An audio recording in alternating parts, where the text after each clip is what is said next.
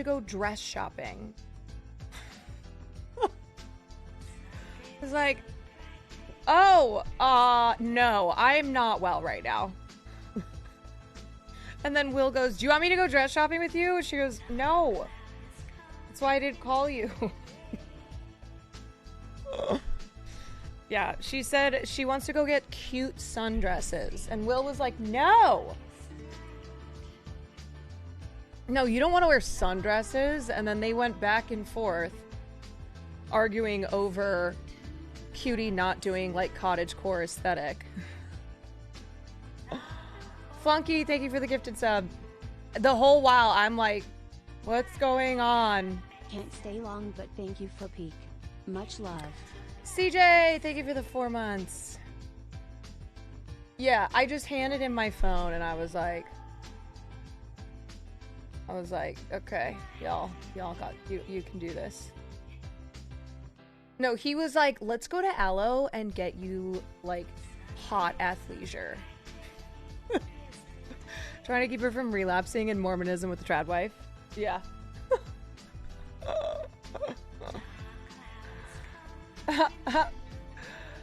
Anyway, and then I was like trying to put together what we were going to talk about today on stream. Wait, Willy Wonka horror movie community notes ruining the fun? God damn it. I'm sick of community notes. It's rare that community notes are worthwhile. I gotta turn this shit on. There you go. Discussing film, a horror movie about the Willy... This is exactly what I've been asking for, too. I've been asking for this Willy Wonka horror film. This is what I want. The film follows a couple haunted by the death of their son Charlie as they escape to the remote Scottish Highlands where an unknowable evil waits them, who has secretly been living in their walls making chocolate. Then, fucking, here's community notes, ruining the fun. The production company cited in the article, Caledonia Pictures, did not exist 3 days ago. Their website is email only. The website for the project was registered 4 hours later. Caledonia Pictures is not a registered UK company. Do you find this helpful? No. Fuck off. Let us have fun. The Phantom of the Chocolate Factory. He's here, the Phantom of the Chocolate Factory.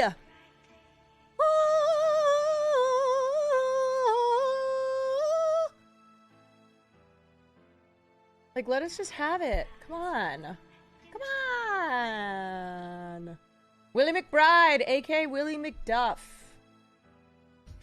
Do you know what I love? I love when we cover a story early enough, like before it's really broken.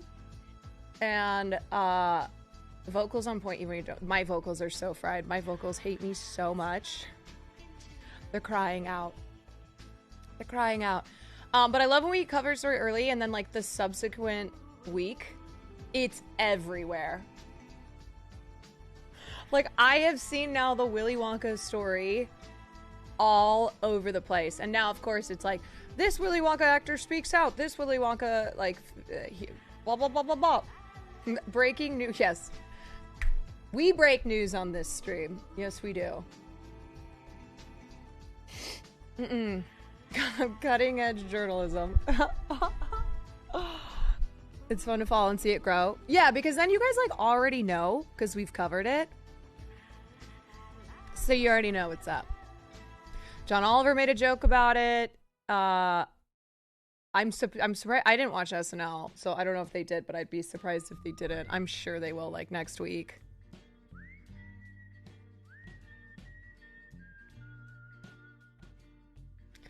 And then Hassan steals the content. Yeah, you know? Stealing from the less fortunate. That motherfucker. No one calling the Oompa Loompa ugly anymore. Fuck the haters. I know. I like that she's kind of had her... She's having her redemption moment, even though I was like, poor girl. I never looked at that photo and thought she was ugly. I just thought it was like a perfect photo to encapsulate the entire experience. But now she's been getting interviewed. She's like released all these TikToks. Showed people she's cute. Yeah, she just looked depressed. Oh my god, the Who the Fuck Did I Marry series, y'all. I'm not gonna say I started that on stream, but if I did, I'm sorry. Because I know a lot of you watch streamers who I'm friends with. Like, we have shared communities, and I know a lot of them have watched it.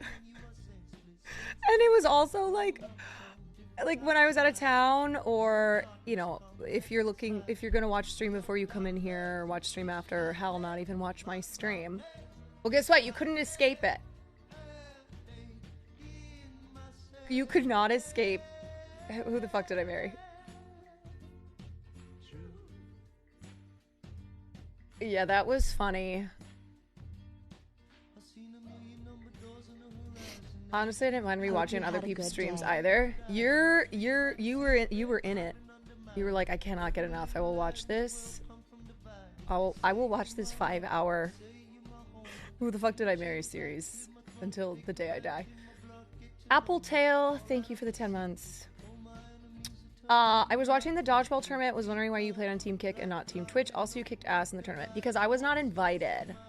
Will Neff and I were not invited to the dodgeball tournament, and then Ludwig, Mr. Mogul Moves, couldn't fill Team Kick, and so reached out to us last minute, needing us to play. So that's how it happened. Dad, nice. Thank you for the 9 months, and Cordam, thank you for the 8 months. Yeah, it's Quan headshot. There it is.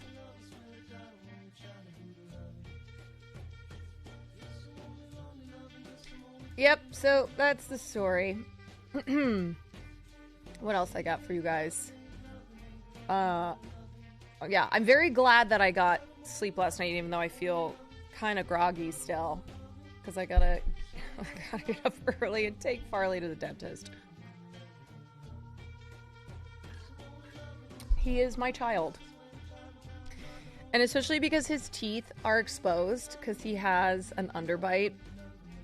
I've talked to his vet just about long-term care. Oh, you want to know what I did this morning? Because I was so out of it after all the sleep I got.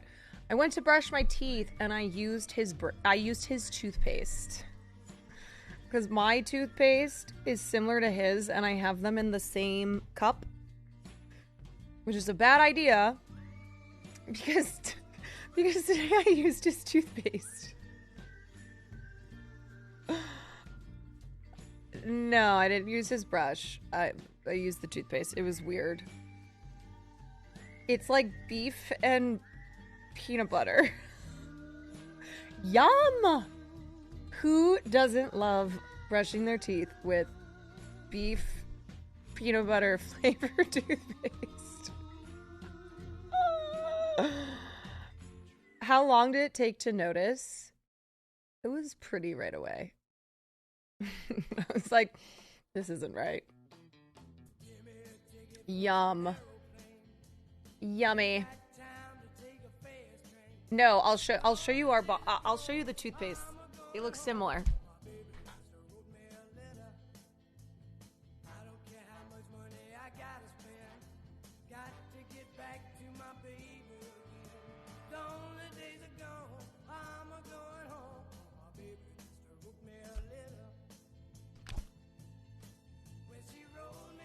So they looked like this. Yeah. These are the front of them, but I wasn't looking at the front. And, this is his. And I just grabbed it and was like, yeah, oops. Well. Great way to start the day. Anyway, so Farley has an underbite, which means I have to brush his teeth pretty regularly, which he fucking hates. He is so difficult about it. You cannot believe how difficult he is about it. It's a battle.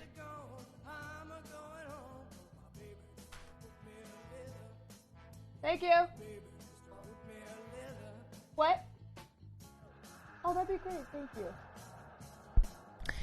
I can. He's a dog. Yeah, but some dogs are... Like, I've watched because I've asked my friends who have dogs too about brushing their dog's teeth and stuff like that. Farley's just the most difficult about everything. About the car, his teeth being brushed, trying to comb his hair.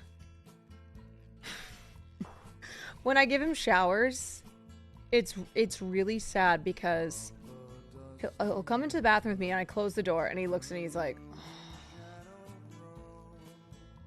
And I'll open up the shower door and he just like, it's as if I'm sending him off to prison. Like he just slowly will walk into the shower and just...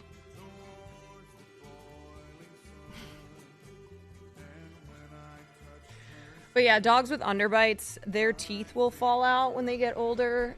I mean, dogs in general, just like old people, like they'll lose teeth, but when teeth are exposed, you just have more problems.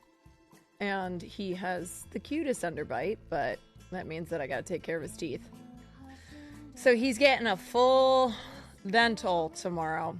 No, so I talked to my vet a couple years ago when Farley was still pretty little. Once we realized he had an underbite when his teeth came in, because when we got him, he didn't have teeth. Then we got him, and oh, this is the True Detective theme. Yeah.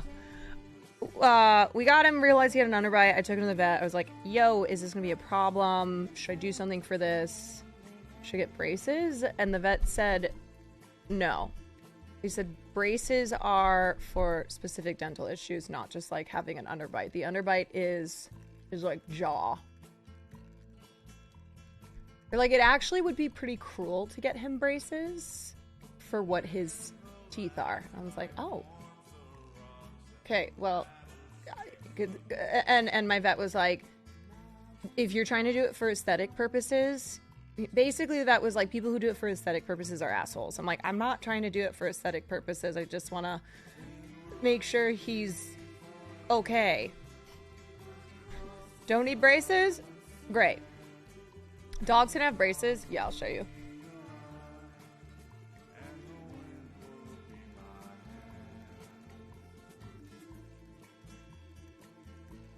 Dog braces!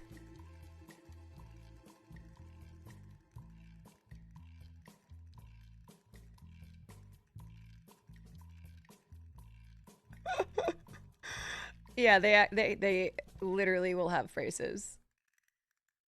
It's not common though. And our vet, thank you. Oh, thank you for the beef stick as well. That snack was good though. It was healthy. It helped revive my energy. Even dogs look younger with braces. I know. This little tootie. Yeah, but back then too, I was also glad he didn't need braces because braces are not cheap. And when we first had Farley, Will certainly did not have any money. And I like didn't have the money to pay for his braces. So the vet said, no, he doesn't need them. I know you said there's medical reasons for dog. Yes. So there's medical reasons, there's aesthetic reasons. And if the vet is a good vet, they will not give your dog braces if it's just for aesthetics. What do you call a dog dentist? Are you setting up a joke or are you asking me? I was gonna say a dogtist? I don't know. Just like humans, you can medically need braces for sleeping and breathing issues. Yeah. Look at this little nugget. You gotta go get your teeth cleaned tomorrow. Yeah.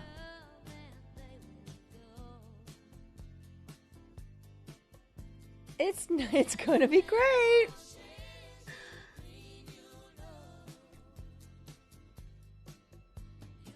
Here, little shrimp. Little shrimp. Yeah, you're the best. I would do anything for you. The bestest boy.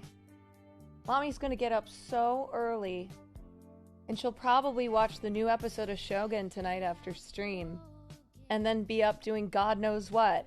Because she slept 12 hours last night. And then we'll wake up at 6 a.m. Have I seen Dune Part 2? No. Because I'm trying to see it on...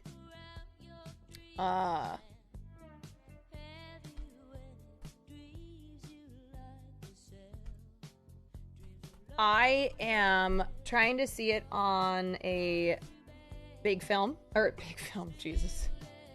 Big film. Big film. I'm trying to see it on a big film. Either the 70 or IMAX, but both of them are pretty sold out. And I was looking at screenings earlier. I could go see it on a regular screen, but I would like to go... Yeah, you caught it on 70 and it was so worth it. Yeah. So I'm kind of debating waiting. Will Hassan, Nandre, and Connor Eats Pants watched it last night. They just watched it on a regular screen though, and Will was like, if you're gonna wait, then I'll go see it with you. There's only 12 prints of the IMAX 70mm in the world. Jeez.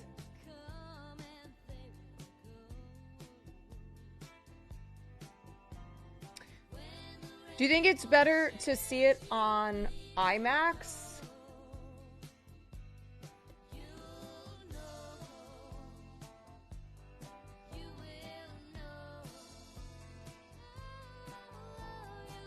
Perhaps. For the sound.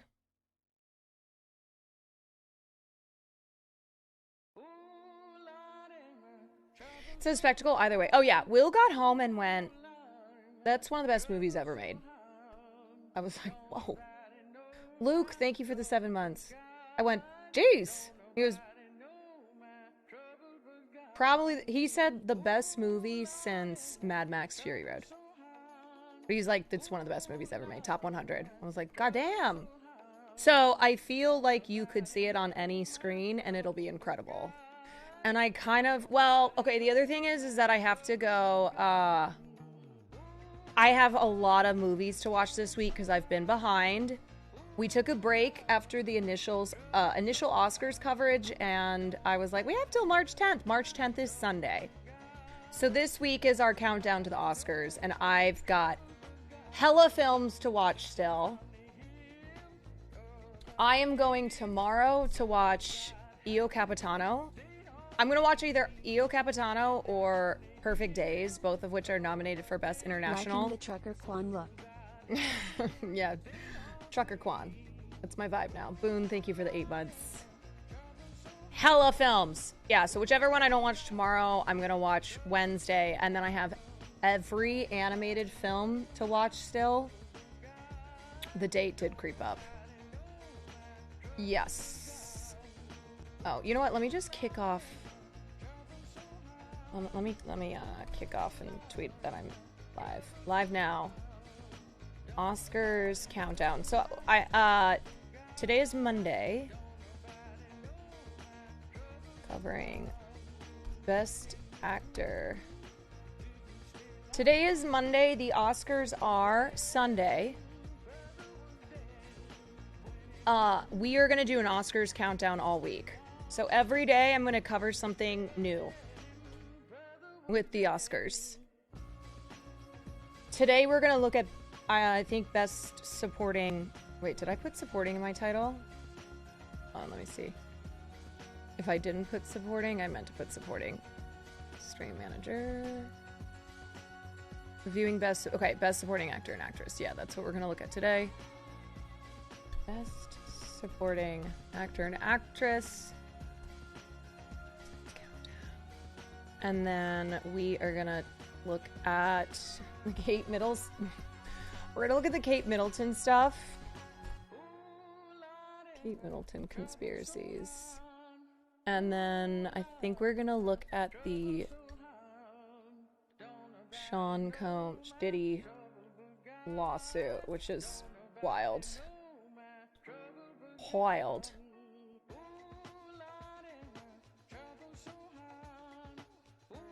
Oh, also possible IATSE strike.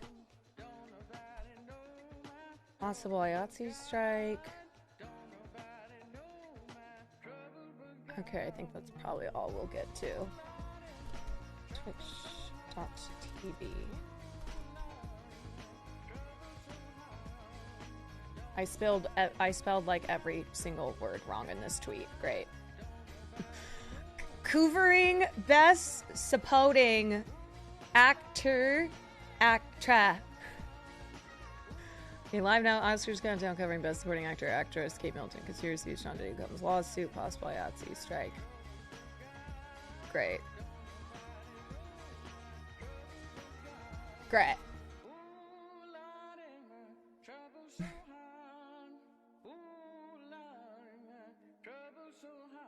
Nailed it. I learned more about the royals from you than the UK media. And what's crazy is that I barely cover the royals because I don't give a fuck about the royal family. Like, I remember in college, my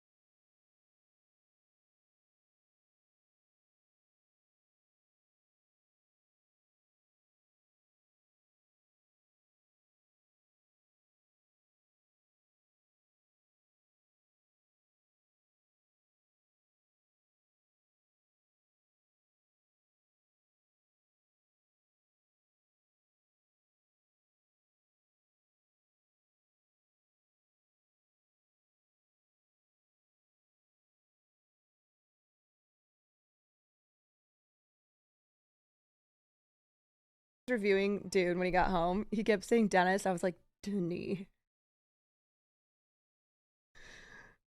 Denis!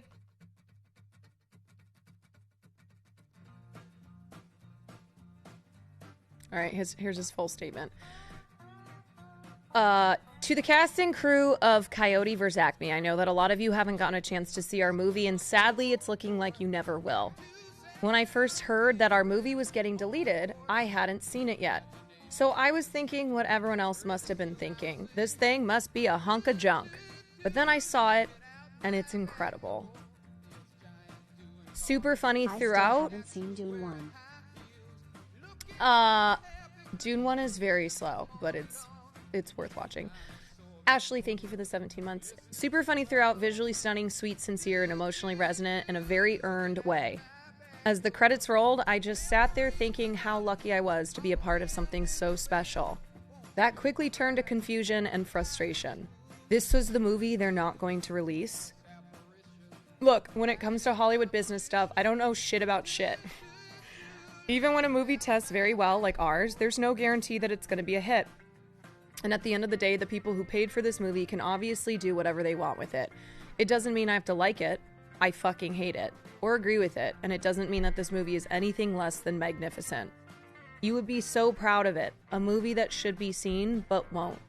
Please know that all the years and years of hard work, dedication, and love that you put into this movie shows in every frame. That's all, folks. Will Forte. How heartbreaking to think like, oh, our movie must suck dick. That's why they're doing this. There's no chance for it. And instead, you watch the film, and it's incredible. The whole story of Coyote vs. Acme has just been leaked. I repeat, the whole plot, beat by beat, has been leaked. Even by Looney Tunes standards, it's absolutely loony. It ticks me off how Warner Brothers would cancel such a perfect celebration to these characters. So I'm curious who leaked the plot. Okay, here's what it says. Since Warner Brothers doesn't seem interested in releasing it, don't ask where I got this from. Copy and share it while you can. Repost it wherever you like. All right, no questions asked. But how about we leak the movie? The movie is set in a Roger Rabbit type world where humans and cartoon characters live together. All animated characters are rotoscoped over the live action footage in 2D. Roger Rabbit / back in action style. Wile E. Coyote is silent the entire movie, communicating only in gestures or with signs. The movie starts with a flashback to 1985. A cartoon, Peter Lorre, and it is specifically Peter Lorre, interferes with an Acme assembly line and gets thrown into a portable hole. Flash forward to the present day. Wile E. Coyote tries one of his usual plans to catch the Roadrunner and predictably fails. He returns dejected to his cave where he sees a TV ad for a local law firm promising compensation. Inspired, he catches a bus to Albuquerque. It's pronounced Lori. Here we meet our real protagonist, Kevin Avery, who's played by Will Forte of the Avery, Jones, and Maltese law firm. Get it? Once an ambitious go-getter, Avery has taken the easy path in his career, always taking small cases and settling out of court for small sums and living in a rundown motel.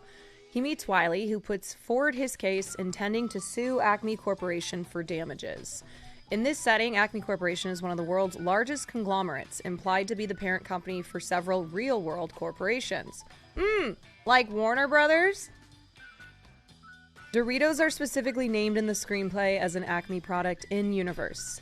Avery thinks it's just going to be a small one-and-done settlement like usual, but Wiley secretly submits hundreds of complaints spanning his entire career with the help of Paige Avery, Kevin's young, optimistic niece, interning at the firm, who idolizes Avery and dreams of becoming a lawyer herself. I wonder if that is who Lana plays?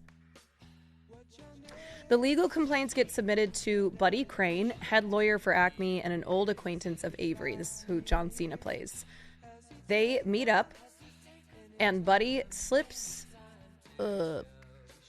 They meet up and Buddy slips Avery a check for $50,000 to drop the case. But Wiley destroys it, intending to push it all the way. Buddy threatens Avery that he's going to do everything in his power to destroy him and his case. Avery, inexperienced in actual court trials, desperately wants to drop the case, but the firm informs him that Acme's extortionate legal fees will bankrupt them regardless of whether they proceed or not, and decide to move forward, expecting to lose horribly either way. Yeah, a bit too close to home? Perhaps. The trial begins with a no-nonsense judge who has no patience for any of Wiley's cartoon antics. They humiliate themselves trying to demonstrate the faulty nature of Acme's products, and the case seems decided against them already. Wiley stays with Avery in his motel, constructing implements for some kind of secret plan of his own. Both Avery's firm and Acme attempt to find the Roadrunner and get them as witness, but are unable to make contact. At Acme headquarters, we meet the head of Acme's animated products department, Foghorn Leghorn, who instructs Buddy to get the case wrapped up ASAP before something is made public. At the motel, Avery gets a call from an Acme whistleblower, the voice of Bugs Bunny. Oh, this is so fun. Who leads him, Wiley, and Paige to an asylum of some kind where they find Daffy Duck. Avery asks Daffy about Acme causing him to have some kind of mental breakdown. He secretly hands Avery a box and seemingly warns him about something before being led away by nurses. As they leave, Avery finds the message, "That's all, folks," painted on his car windscreen before it suddenly gets smashed by a large boulder. Someone wants to cover this up. After fleeing for their lives, they inspect the box and find a strange cartoon paint can inside, which Wiley uses to paint a tunnel on the wall, which they enter. Oh, this is awesome! Inside the tunnel, they find an image of a man pushing a boulder up a hill and a secret message to Daffy mentioning something called Project Sisyphus, but are forced to flee an oncoming train. Wait, why are you laughing? Project Sisyphus? Yeah. Endlessly. Yeah, pushing the boulder up the hill. Somebody leaked the whole plot to Coyote vs. Acme. I guarantee you. Praise be! Let it be leaked! We need a hero to step up. Or we should, dude, you know what? What? This is the one time that I will allow someone who is really good with AI. They should just recreate the film in AI. This is your one pass, AI. Go for it. Oh my god. Jimmy V, thank you for the 3 months. Your boy Will, thank you for the raid. Carlos, thank you for the 15. Another one.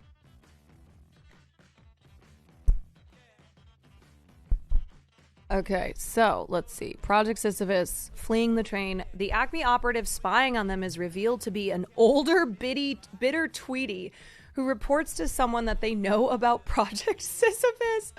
Oh my god, you just know that Tweety is like, yeah, I know what they're up to here. Like, it's just this broken down. Is that your Tweety? Chain smoking. That's my older, bitter Tweety. Can I hear your voice?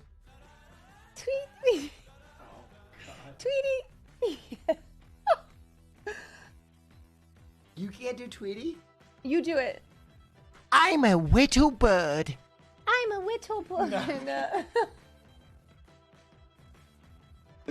Okay, look, that's why I just went to, like, Tweety is just totally changed. Excuse me? Anyway. Rusty, thank you for the 16 months. Paige sees this as a potential huge break in the case, but Avery tells her to temper her expectations. They argue, and Paige tells Avery that she used to look up to him, but after seeing him, but after seeing how he works, doesn't believe in him anymore. He realizes she's right. Avery takes a drive with Wiley and tells him about his backstory, why he wanted to be a lawyer, why he lost his enthusiasm, etc., etc. Avery went to a top legal school with Buddy.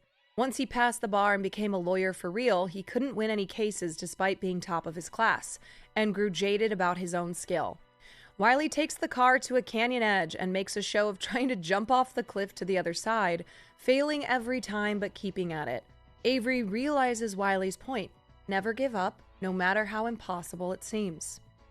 They return to the motel room, and Avery catches a glimpse of Wiley's real plan. The entire legal suit is all just a ploy to get the Roadrunner on the witness stand so Wiley can catch him. Paige looks into Project Sisyphus and finds a lead connecting it to Dr. Lori, as well as an address connected to him. Avery and Paige head there, where they meet Granny, the old woman from the Sylvester and Tweety cartoons. She tells them that she was married to Dr. Lori long ago. He worked at Acme helping develop their animated products line, but became dissatisfied after the work before suddenly disappearing in 1985. Granny tells them that she's recently been receiving messages from an unknown caller and plays back a voicemail. It's Bugs Bunny. Remember, the whistleblower? Avery recognizes the voice and Granny leaves them the tape. They are secretly photographed leaving the house by Acme. At the Acme legal offices, Foghorn Leghorn tells Buddy that Avery knows too much and that he is sending in the big guns after him. An off-screen assassin throws a bomb through Paige's window, but she survives the attempt.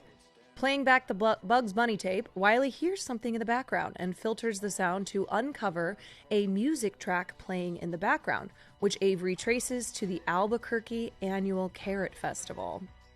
What's up, everybody? Just getting here. We are reading the leaked plot to the soon-to-be deleted, if it hasn't already, Coyote vs. Acme film. Thank you, Warner Brothers. At the, Heading to the Carrot Festival grounds, they encounter a shadowy figure. He speaks in the Bugs Bunny voice, but it's not actually Bugs. It's Dr. Lori, still alive and speaking through a voice filter.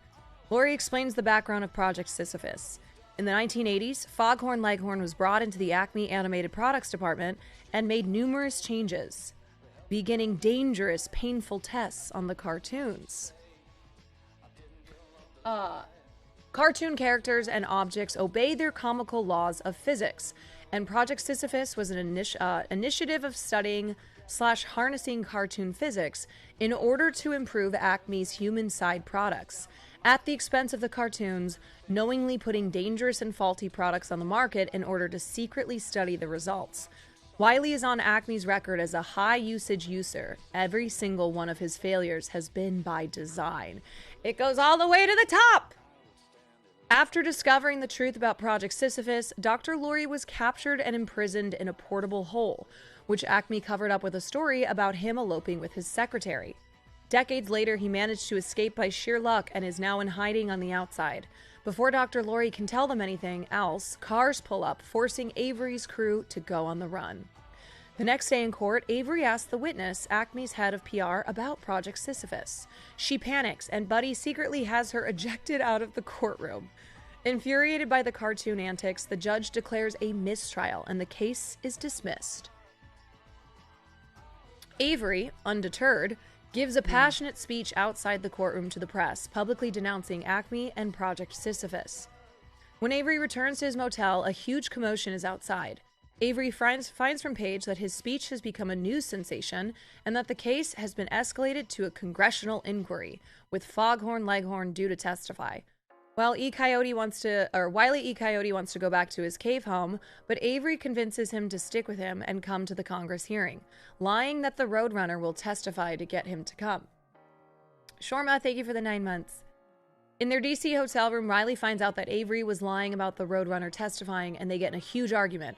Avery calls him out for using the case as a plan to catch the Roadrunner, telling him he'll never succeed in catching him. Hurt, Wiley storms out. Avery's partners call to tell him that the firm is officially bankrupt. Avery realizes that Wiley is gone and goes after him, finding a note in his plans showing that Wiley had come to consider him a friend. Wiley roams the streets of DC and gets led into a trap by Tweety, leading to a whole comic chase action sequence involving anvils, magnets, etc. That would have been awesome to see.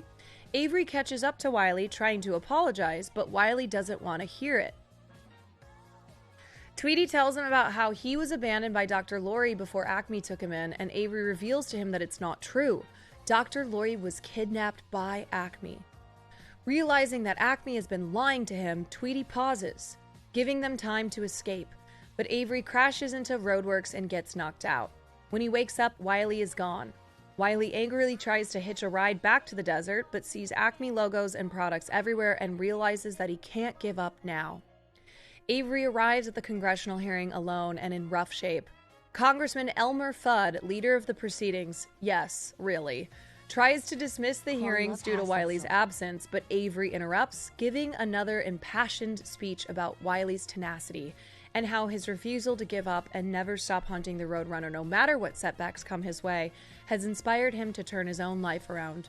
Wiley, who has secretly entered the room, hears the whole speech and quietly takes his seat next to Avery.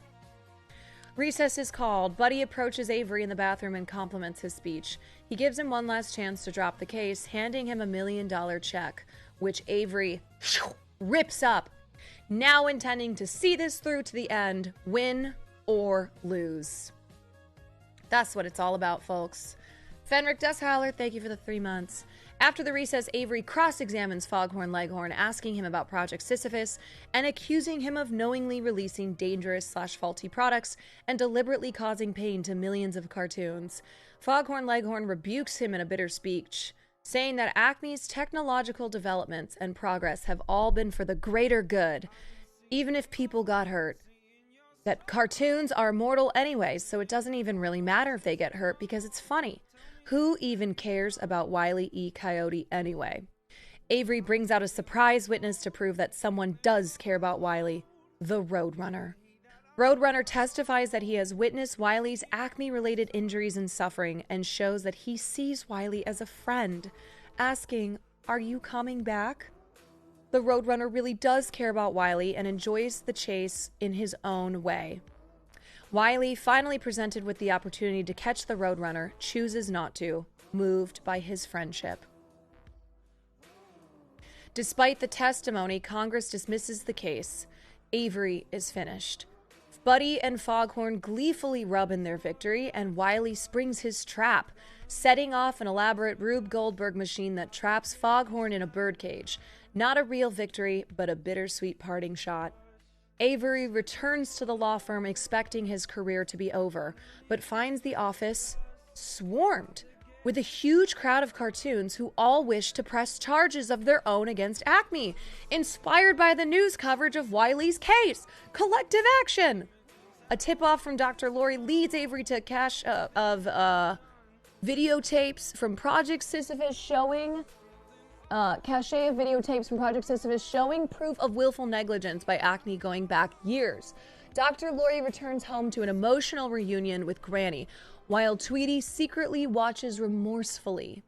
We skip forward a few months. Avery's law firm, with Paige now a full-time member of the team, is far from bankrupt, now bigger and better than ever. Having become renowned for taking on Acme and other corporations in several cases, with federal charges against Acme expected to follow. Avery is happy, filled with a renewed sense of purpose. Wiley returns to the desert, having a friendly reunion with the Roadrunner before the chase begins once again. The movie ends with "Where Are They Now?" cards explaining that Foghorn and Buddy are ultimately sentenced and imprisoned in a low-security prison, spending most of their time playing golf. Marvin the Martian takes Foghorn's position as head of the animated products department. Wile E. Coyote continues to chase the Roadrunner, but has never caught him yet. But maybe someday, he finally will. Maybe tomorrow. Fade out. And that's the movie. C. Rosette 00, thank you for the prime. Man, I want to see this movie so much. And as I say every time we cover this, if anybody out there is listening, you have a chance to be a hero. My new theory, Zasloff thought that Acme sounded too much like an allegory to himself and cut it. Well, I told you guys my experience with my script China doll when it was supposed to be picked up. Amazon was going to produce it along with Blumhouse. And the head of Amazon, her name is Jen Shaw. Just kidding. Amazon. What's her last name? Jennifer Salke, yeah. She had recently taken over, and the reason that she took over is the former head of Amazon Film had been ousted due to scandal. And Jennifer Salke's, I actually don't know if I should be saying this, but anyway, allegedly, she found out the plot to my script, and there was some ensuing panic, and the script was nixed. I did a little research because it felt strange, and I was like, something feels not right here. And in my research, I found out that the former head of Acne, who she had replaced, had been ousted for sexual harassment and fled to China, where he was working in art. He was like selling art. And that is exactly who the antagonist of my film was. And when I read that, I went, interesting. I have no proof that this has anything to do with why my project got killed. But the coincidences are pretty wild. So I'm not saying that happened with Warner Brothers. Can I tell you what I think happened? I think that Warner Brothers saw the amount of money they made from Barbie. They knew what was coming up with Dune, and they looked at this film, which had already been replaced. The release date for Coyote vs. Acme was replaced by Barbie. So they already were like, we don't need this movie. And I don't know, maybe there are weird political and personal reasons as to the plot of this film being something that David Zaslav like felt offended by. I don't know, but anyway, they looked at this and went, we want the tax break instead. We don't need this movie.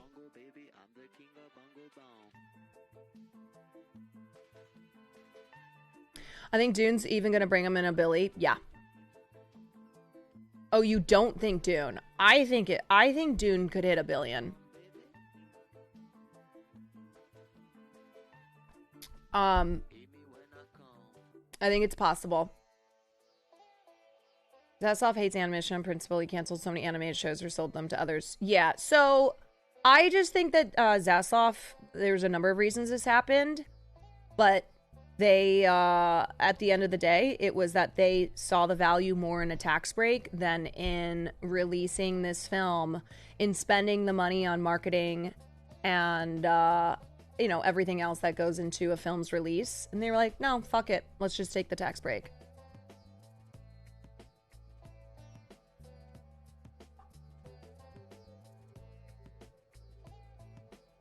Anyway, it's just sad. It's really sad because this movie sounds awesome, and everything I have read about this, everyone who's seen this movie has said how awesome it is and how it makes it even more shameful that this movie will never see the light of day. Hate to see it. Not a place that we want to be in, where amazing films like this are just whoop, getting deleted. So like I said, someone out there, be a hero. You know what to do. You know what to do, folks. It doesn't have to be that's all, folks. Okay, let's start off with looking at... Let's look at OSCARS stuff.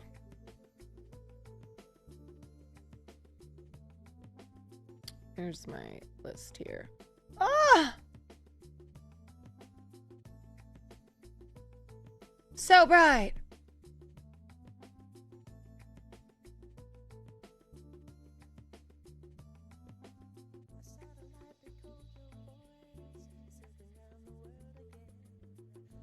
Okay, y'all. So the Oscars are on Sunday. If if you missed this when I said this at the beginning of the stream, the Oscars are on Sunday, and we are doing a countdown to the Oscars, starting with today. So this whole week, I'm going to have a segment every day where we cover something related to the Oscars, which means I'm also scrambling this week to finish watching the films that I haven't seen. I took a bit of a break after the Oscar nominations came out because I went, wow, March 10th is so far away. I've got a lot of time, and now it has crept up. I can't believe that March 10th is already Sunday. Where did the time go? So here are all the nominations. If you want to, if you're like me and you're trying to watch as many movies as can be, I'm gonna go through this list because I also need to pull up a Google Doc. Hold on.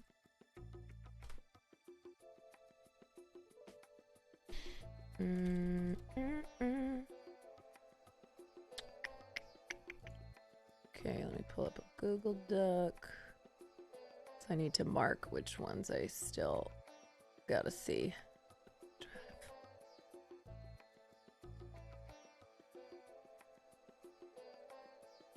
Okay, and I'll go back here.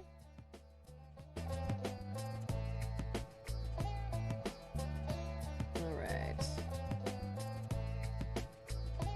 Chances for Saltburn sweep. Looking good. My Saltburn Hive, I think you're gonna be pleased.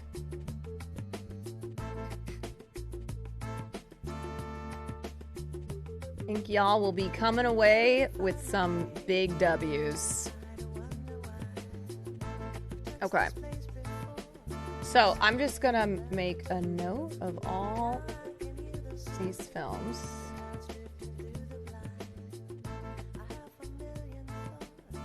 And then today we're gonna look at specifically Best Supporting Actor and Actress. So we're gonna go over the nominees.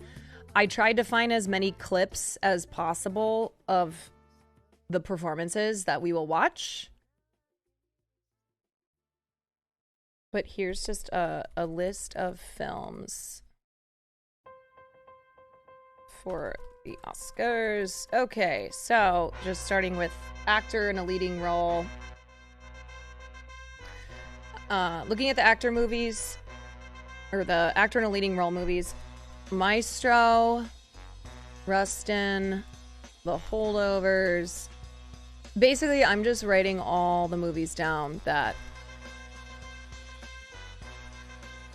you should see if you want to, like, have watched as many movies as possible that have nominations. Okay, and then American Picture, Killers of the Flower Moon, Barbie,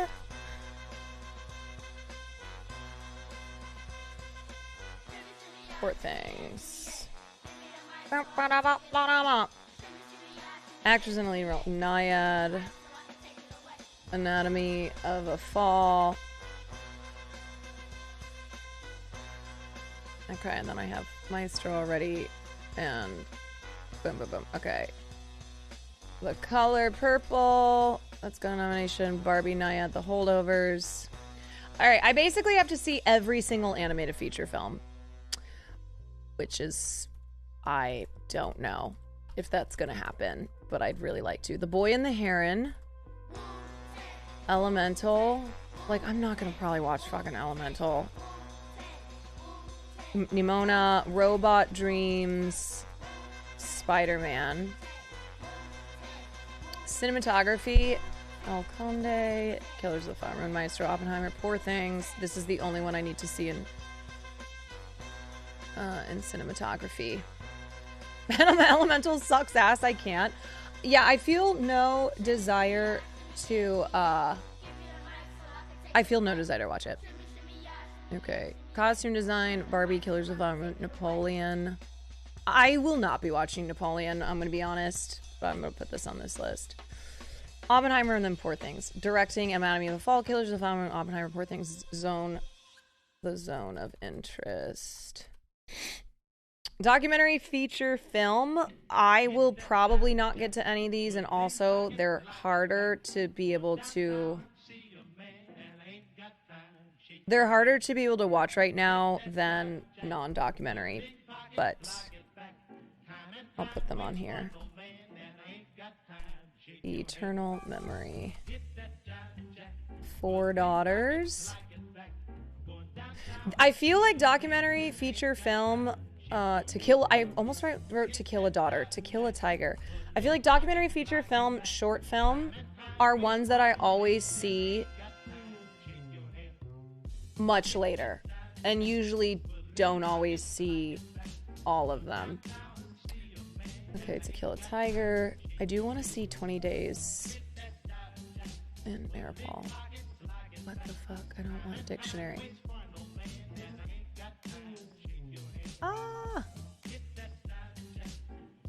20 Days in Maripol. Documentary short film, The ABCs of Book Banning. The Barber of Little Rock. Like, I haven't even heard of these. Island in Between. You know what I will do, though? I will do what I did last year and see if I can find any of these online that we can watch on stream. All right, film editing, Anatomy of a Fall, Holdovers, Killers of the Flower Moon, Oppenheimer, Poor Things. Those are already on the list. International feature film. So these are the ones that I'm focusing on this week. Io Capitano, Perfect Days. I can't wait to see Perfect Days. Society of the Snow. Very good. The Teacher's Lounge. And then Zone of Interest. Makeup and Hairstyling. Golda. No, thank you. I'm not going to watch that. Maestro. Oppenheimer. Poor Things. Society of the Snow. Music. American Fiction. Indiana Jones and the Dial of Destiny. Like, you don't need to watch the movie for these categories necessarily, but these ones, American Fiction, Killers of the Flower Moon, Oppenheimer, Poor Things, all have Best Picture nominations anyway. But if you're like, basically, if you're trying to watch, if you're like, I need to see everything, if you haven't seen Indiana Jones and the Dial of Destiny, don't feel like you need to see that so you can have an opinion on music. And then original song. This is when we get to original song this week, we'll just listen to all these. And then these are the Best Picture ones. American Fiction, Anatomy of a Fall, Barbie, Holdovers, Killers of the Flower Moon, Maestro, Oppenheimer, Past Lives, Poor Things, Zone of Interest. Luckily, I've already seen all those. Production design, Barbie, Killers, Napoleon, Oppenheimer, Poor Things. Animated short film, Letter to a Pig. 95 Senses. Our Uniform. Patchy Derm. And War is Over. Inspired by the music of John and Yoko. Live action short film, The After. Invincible. Oh, speaking of Invincible. When is that shit coming back? Night of Fortune. Red, White, and Blue. The Wonderful Story of Henry Sugar. Sound, The Creator. Has anybody seen The Creator? I kind of heard like, meh. Not great things. Wait, it comes back the 18th? Fucking finally.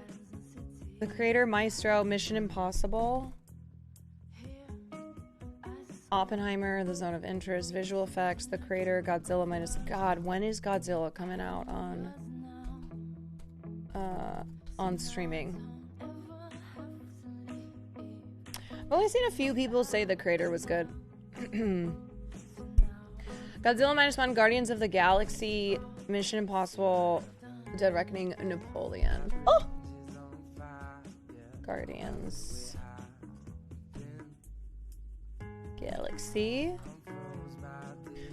And then writing, adapted screenplay, American Fiction, Barbie, Oppenheimer, Poor Things, Zone of Interest, Anatomy of Fall, Holdovers, Maestro, May, December, Past Lives. I'm just gonna put May, December on this list too.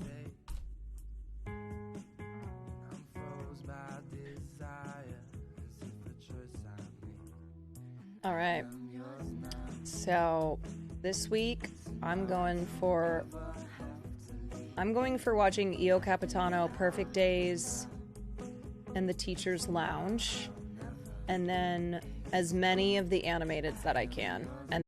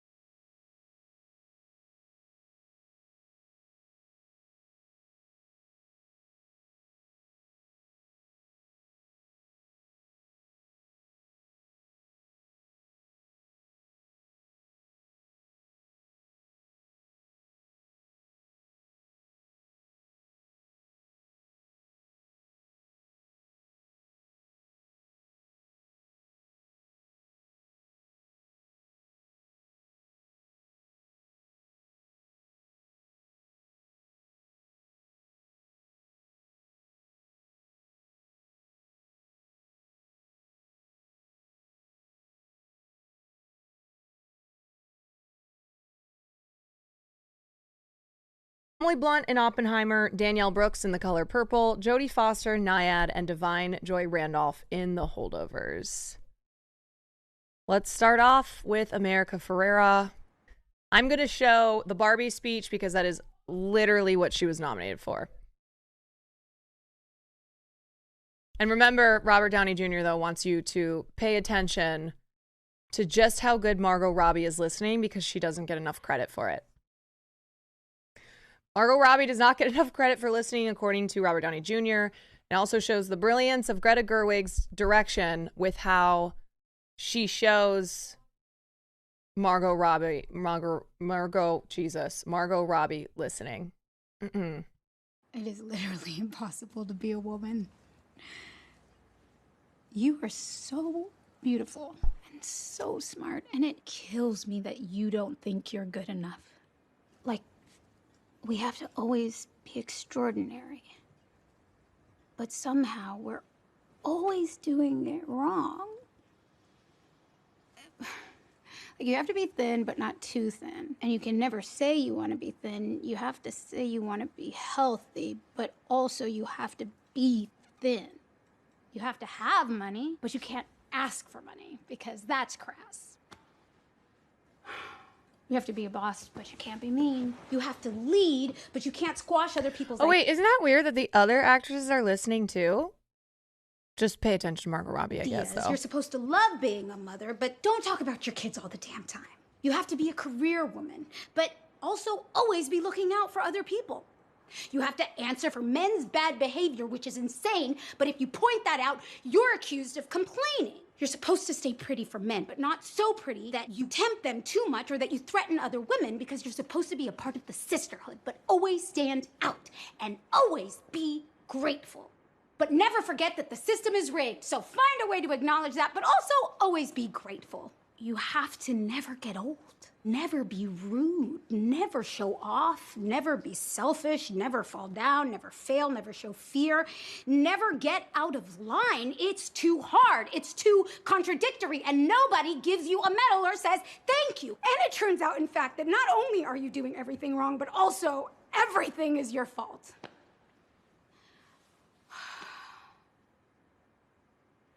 I'm just so tired of watching myself and every single other woman tie herself into knots so that people will like us.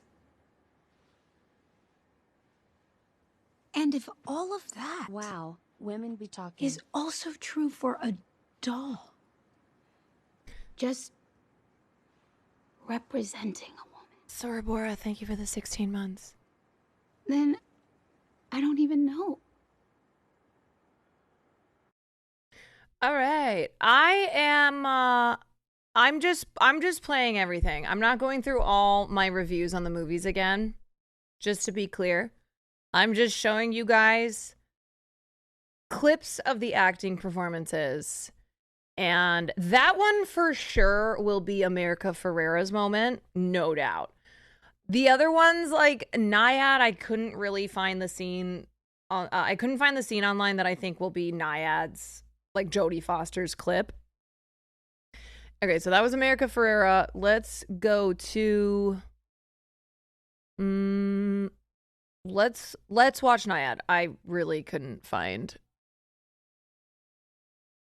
the scene. Jodie Foster is super great in this movie. Here's what I'll say. This category has been decided though. It's Jover.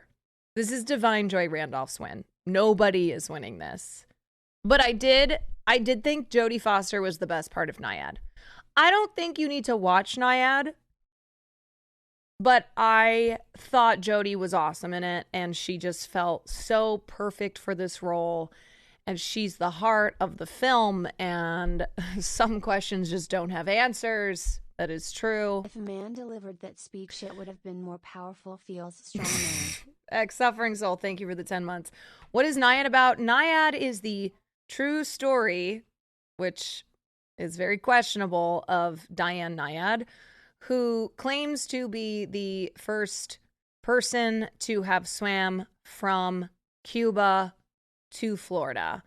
And she did it when she was like 64 years old after having taken 30 years off from swimming. And I think she was like a sports journalist or something like that. But it is an inspirational biopic of this swimming legend.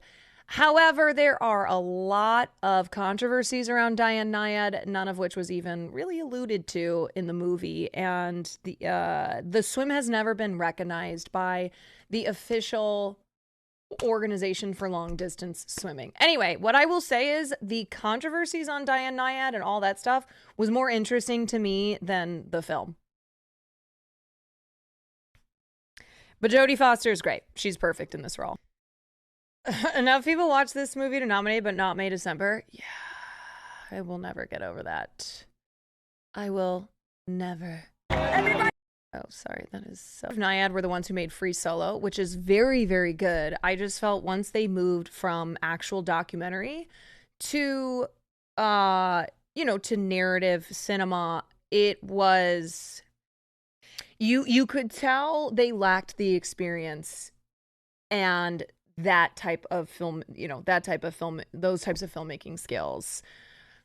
Not going to review this whole movie again. I do think, though, if you're interested in the story of Naiad, you need to learn the whole thing. Yes, there is this website called Naiad Fact Check, and a lot of the people who have led this kind of movement of calling Diana Nyad out for the lies that she's told over the years are like journalists and other, I almost said streamers, journalists and other swimmers who have for years been pointing out that she's a serial liar.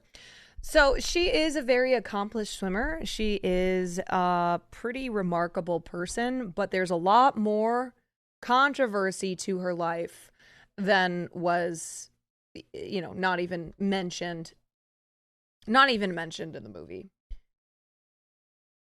Suffering Soul, thank you for the 10 months. Was that not addressed in the movie at all? There's only like one point where it's kind of mentioned that Diana is a bit of a fibber, and it's early on in the movie when they're at her birthday party that Jodie Foster's thrown a surprise 60th for her, and Jodie Foster's like encouraging her to go talk to this cute woman at the party, and she's basically like, just keep it short, don't go off into telling all your stories. And then later she sees her and Diana's just talking this woman's ear off, because Diana's a big old narcissist. Like that point is very clear in the movie. But it's that like her narcissism comes from this drive and ambition that she has in life and never give up, yada yada. So anyway, there's only a brief mention of it, but it's kind of more so this like cute thing of Jodie Foster, or Bonnie. Jodie Foster plays Bonnie, who it's like this endearing thing about Diana, even though it drives her nuts. But yeah, I had a more interesting experience learning about all this stuff about Diana Nyad after I watched the movie. Okay. And Annette Bening has never won an Oscar. Love Annette Bening. Not for Nyad. It's not gonna. She's not gonna win the Oscar. But anyhow, this was about Jodie Foster, who has been nominated for her performance as Bonnie. Next up, it's not a lie if you believe it. Yeah. It's not a lie if you believe it. Okay. Next up, we have. Let's look at Emily Blunt in Oppenheimer. All right, so my main issue with Emily Blunt's performance and why I don't have her as my pick for winning this award is that I felt it wasn't until the last scene in Oppenheimer, when she has been called in to the hearing that that's taking place in that very, very cramped room, and she finally has this great scene, and I had been waiting the whole movie for that person, and the rest of the film I felt was a disservice to Kitty, who of course is a real life person, was Oppenheimer's wife, and I felt like Emily Blunt wasn't really able to flex until that scene. Wish we had seen more of that. Yeah. HMGB King, thank you for the 9 months. Okay, so here's a little compilation of Emily and Oppenheimer. The world is pivoting in some new direction. It's reforming. This is your moment. We shouldn't be doing anything. You should. Today you set it to history, didn't you? This is a cult. You fight. You pull yourself together. You know, people here depend on you. It's happening, isn't it? Robert. Break a leg. Borden, when we all know that it's Strauss. You know, that truly... You shook his fucking hand? Oh, I would have spit in his face. I think you're all being too goddamn gentlemanly. Yeah, you guys, it's awkward because it's a scene pack, so it's just like all the moments of her acting in the film, but like... It's just, it was all so very long ago. Mr. See, this is the scene that I thought was really great. Communist Party membership card. Having the slightest 18 years. I might actually have... Let me see if I have that scene. I have Strauss. Kendler. No. Let me see if Emily Blunt Oppenheimer scene. I thought I came across it.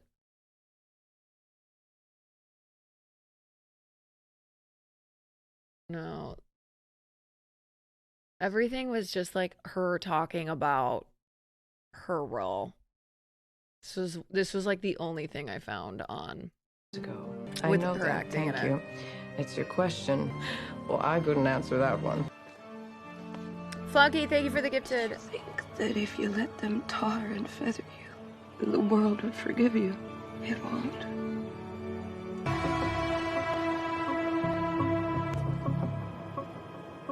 Sophia, I mean, don't you... Anyway, that was like an awkward fan cam, but they gotta put out more clips.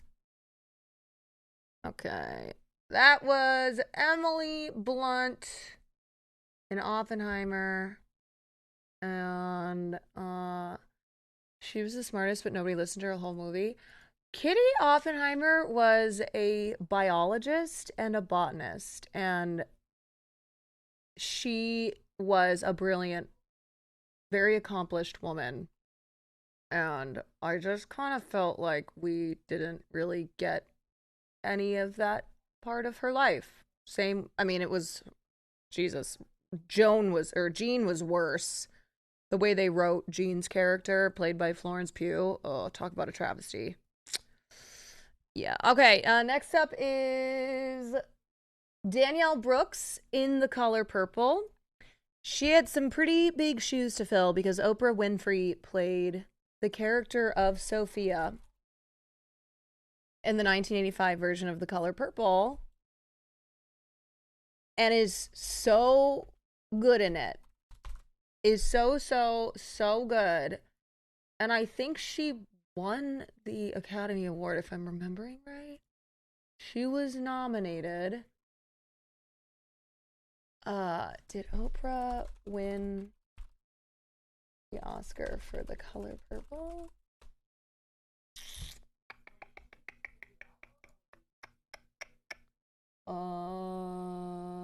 Maybe I am wrong. No, she didn't. Wait. Why can I not remember this?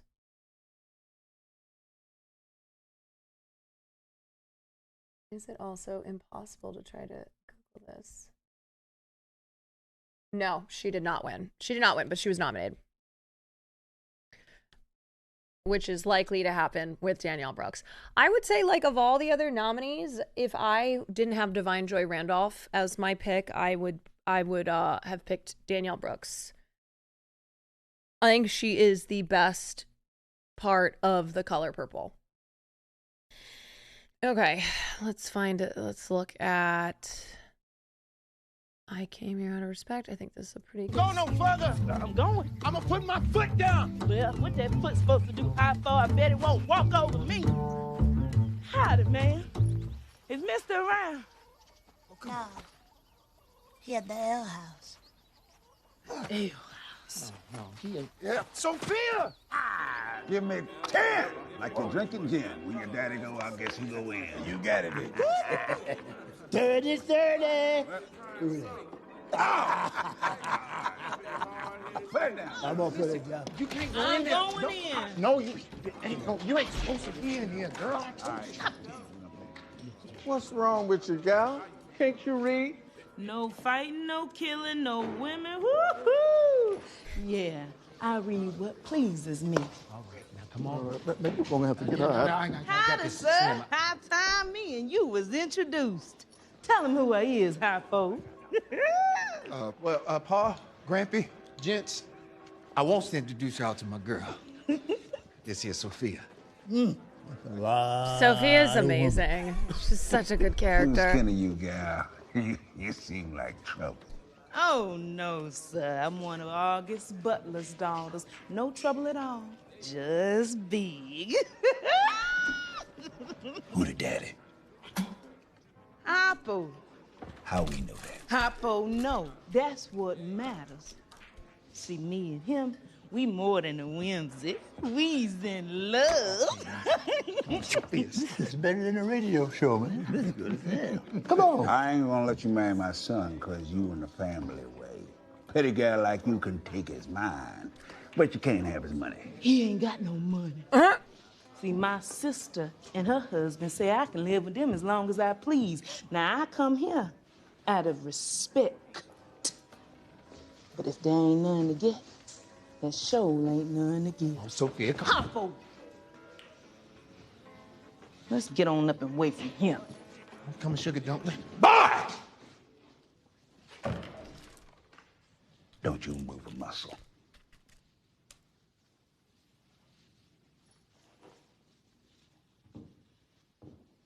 Fine.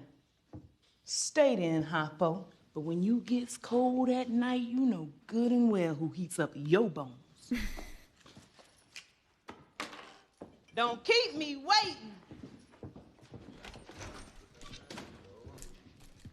Respect. That gal ain't welcome to my house. Paul, she carrying my child. Tough. She ain't worthy of you. She's incredible. There's so many scenes from The Color Purple that just demonstrate her talent in this film. Like, this is probably gonna be shitty quality. I'm sure. This is this scene is also incredibly heartbreaking in the 1985 version, because Sophia is so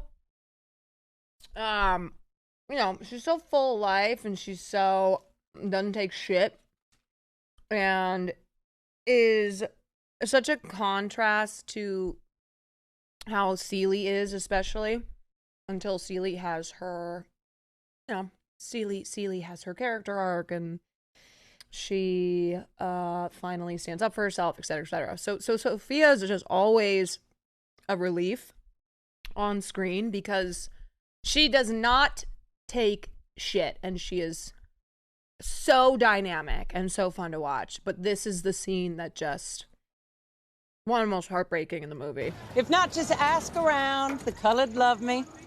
I'll pay you fair. Honey, just get in the car. Yeah, go on back to the car now. Go on back to the car. Hey, I'm talking to you, gal. You wants to be my maid or not? Hell no.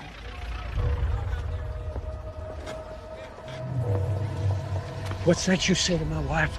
I said hell no.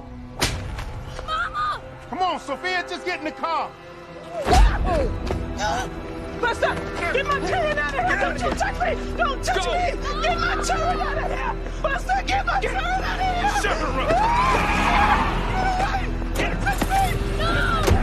Buster. Don't let him see.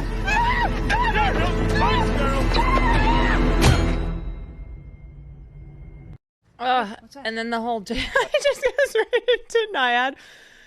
And then the whole jail sequence, and then this scene here. Taking Celie with us. I'm just going to skip forward a little bit. This is after Sophia has been released from prison and has just been, she's just broken. And apparently Blitz Bazawule, who is the director of The Color Purple, they were having problems because it was running too long. There was too much in the movie, and he was having to make cuts. And Danielle Brooks found out that this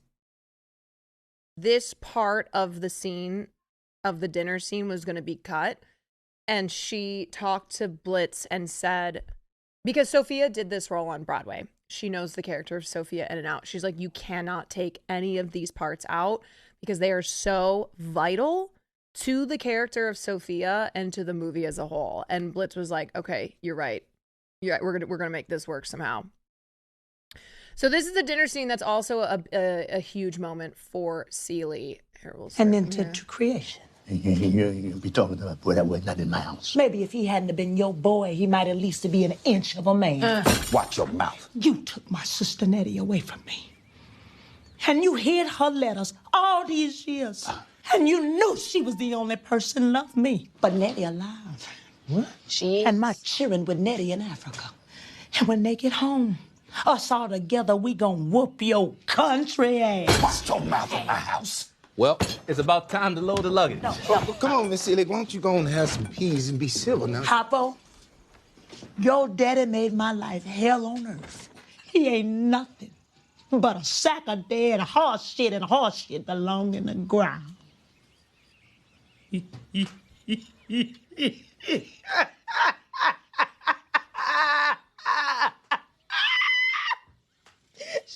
called him a sack of dead horse shit.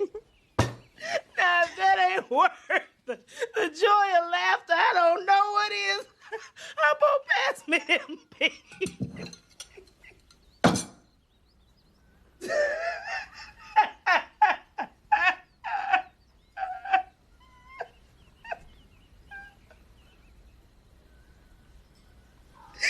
I want to thank you, Miss Seeley,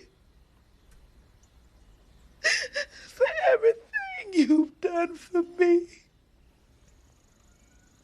I was feeling mighty bad rotting in that prison cell, but you came and seen about me every week without fail.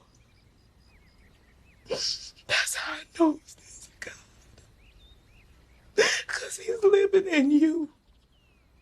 The women at this table have lost their minds. Shut up, you old toothless goat. You leave me and I get a thin dime, not a red cent. Come on! No. Did I ever ask you for anything? Not even your old sorry hand in marriage. Come on, Seeley, let's go. Let's go. Sophia can take care of this. Oh, yeah, Sophia born to take care of this. Y'all gone. This whole scene is so good. Now, where you going? I wants to go to Memphis, too. And do what? Oh, come on, now, Squeak. My name ain't Squeak. It's Mary Agnes.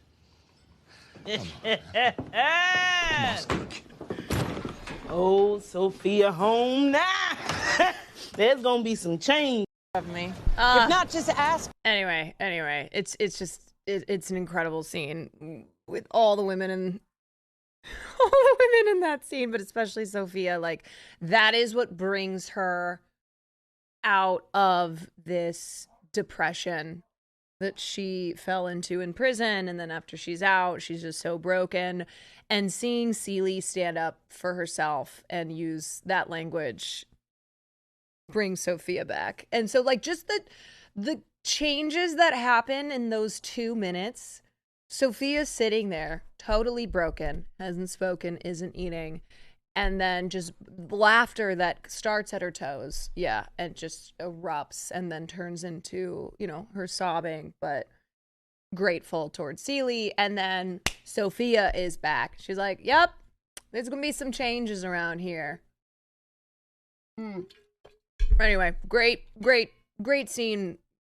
All the actors in that scene, but Danielle Brooks is a real standout in that film. Okay, and then last, I know there's a God line delivery. Yeah, she's so fucking good. Last but not least, we have Divine Joy Randolph in The Holdovers. Not a ton of clips, but let's see what we can find. I heard you got stuck with babysitting duty this year. How'd you manage that? Oh, I don't know. I suppose I failed someone who richly deserved it. Oh, the Osgood kid? Yeah, he was a real asshole. Rich and popular combination around here. It's a plague. And you? You'll be here too? All by my lonesome. My little sister Peggy and her husband invited me to go visit them in Roxbury, but I feel like it's too soon.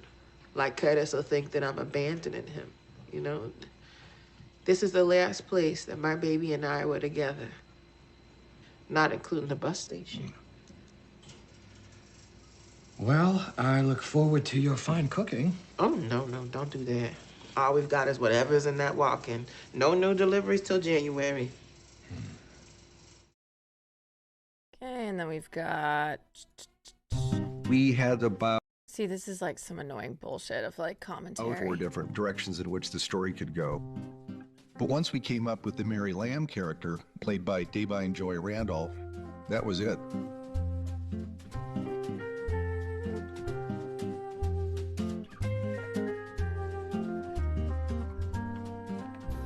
This is Mary Lamb. She is the manager of the cafeteria. Ooh. Hi. I asked for her by name because I had seen her in Dolomite Is My Name. Oh my God, it is so funny. It's so well made. This is very therapeutic. Try it when you're stuck serving 300 little shits and all they do is complain. Then you tell me how therapeutic it is. Well, fair enough. When Alexander told me he was casting her, I was very excited. And she's been everything I hoped she would be and more. You know this is a necessity. She's a powerhouse and an amazing talent. She's fantastic. My baby wasn't even 20. I'm so sorry. If you get dramatic actors, they can't necessarily be funny. But if you have funny actors, they could always be dramatic. But do so with a touch of lightness. So you just get this to everybody? And she's very creative and funny, but also making such a great character out of this woman. You don't tell a boy that's been left behind at Christmas that you're aching to cut him loose, that nobody wants him? What the fuck is wrong with you? Really nuanced and layered, and she's just great. It's a lot of fun. Jesus! Hey! Watch your mouth, young man. Not on Christmas Eve. She brings a lot of heart to everything she does. So even when she's doing comedy, there's a textured, layered human being behind that. Merry Christmas.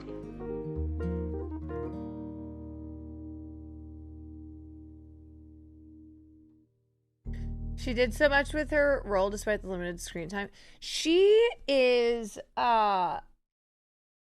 really infuses so much humanity and brings so much depth to the character of Mary that in a film that has the amazing Paul Giamatti and Dominic Sessa, who are both incredible in their own right, she's still like the sneaky best part of the movie. And her drunk scene at the Christmas party is I'm wondering if that's if they'll use a clip of that in her in the Oscars, because it's probably one of the best scenes of grief that I've seen, and it certainly, of all the movies I watched from 2023, is such a standout scene. I'm thinking that they'll probably use a clip from that. These clips don't do her performance justice. I know they really don't.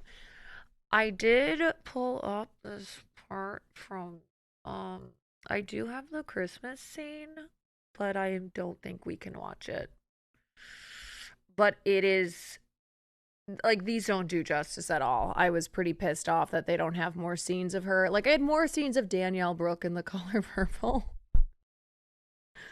But I don't have, there's not more scenes of Divine in The Holdovers. So you'll just have to watch the movie. Are they doing clips? Because I heard they're bringing past winners to basically say a speech about the nominated actors. They're doing that, but they'll always have like a little clip when they announce, Divine Joy Randolph in The Holdovers, and then they'll show a quick clip. She is so wonderful in it and has won every single award this season. She won the Gotham, she won the Golden Globe, she won the BAFTA, Independent Spirit Award, she won the SAG Award. This is the most locked in category, in my opinion, and I think she deserves it. It's tough because I really love Danielle Brooks in The Color Purple, and both of those actresses are deserving, but I think I would still give it to Divine Joy Randolph because of the Christmas party scene. But yeah, I have no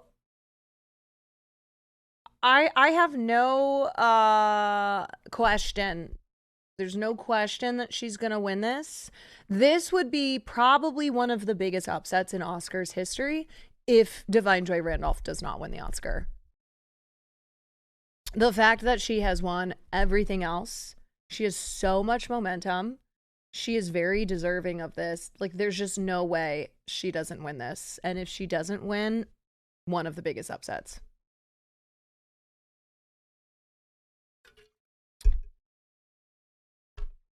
I think she won even more than Key won last year. I do believe that's true. Yeah, I really wish I could show you guys the Christmas scene. But I don't think I was watching it earlier because I have the screener for it, and I was like, well, probably shouldn't show that. I don't want to get banned the week of the Oscars. It is worth watching this film though, so please go watch it. If you haven't seen The Holdovers, but you want to watch the Oscars, you want to like watch along with my Oscars commentary on Sunday, you must watch The Holdovers because this is one of both Paul Giamatti and Divine Joy Randolph have been nominated, and Divine 99% certainty she's gonna 99.9% certainty she'll win.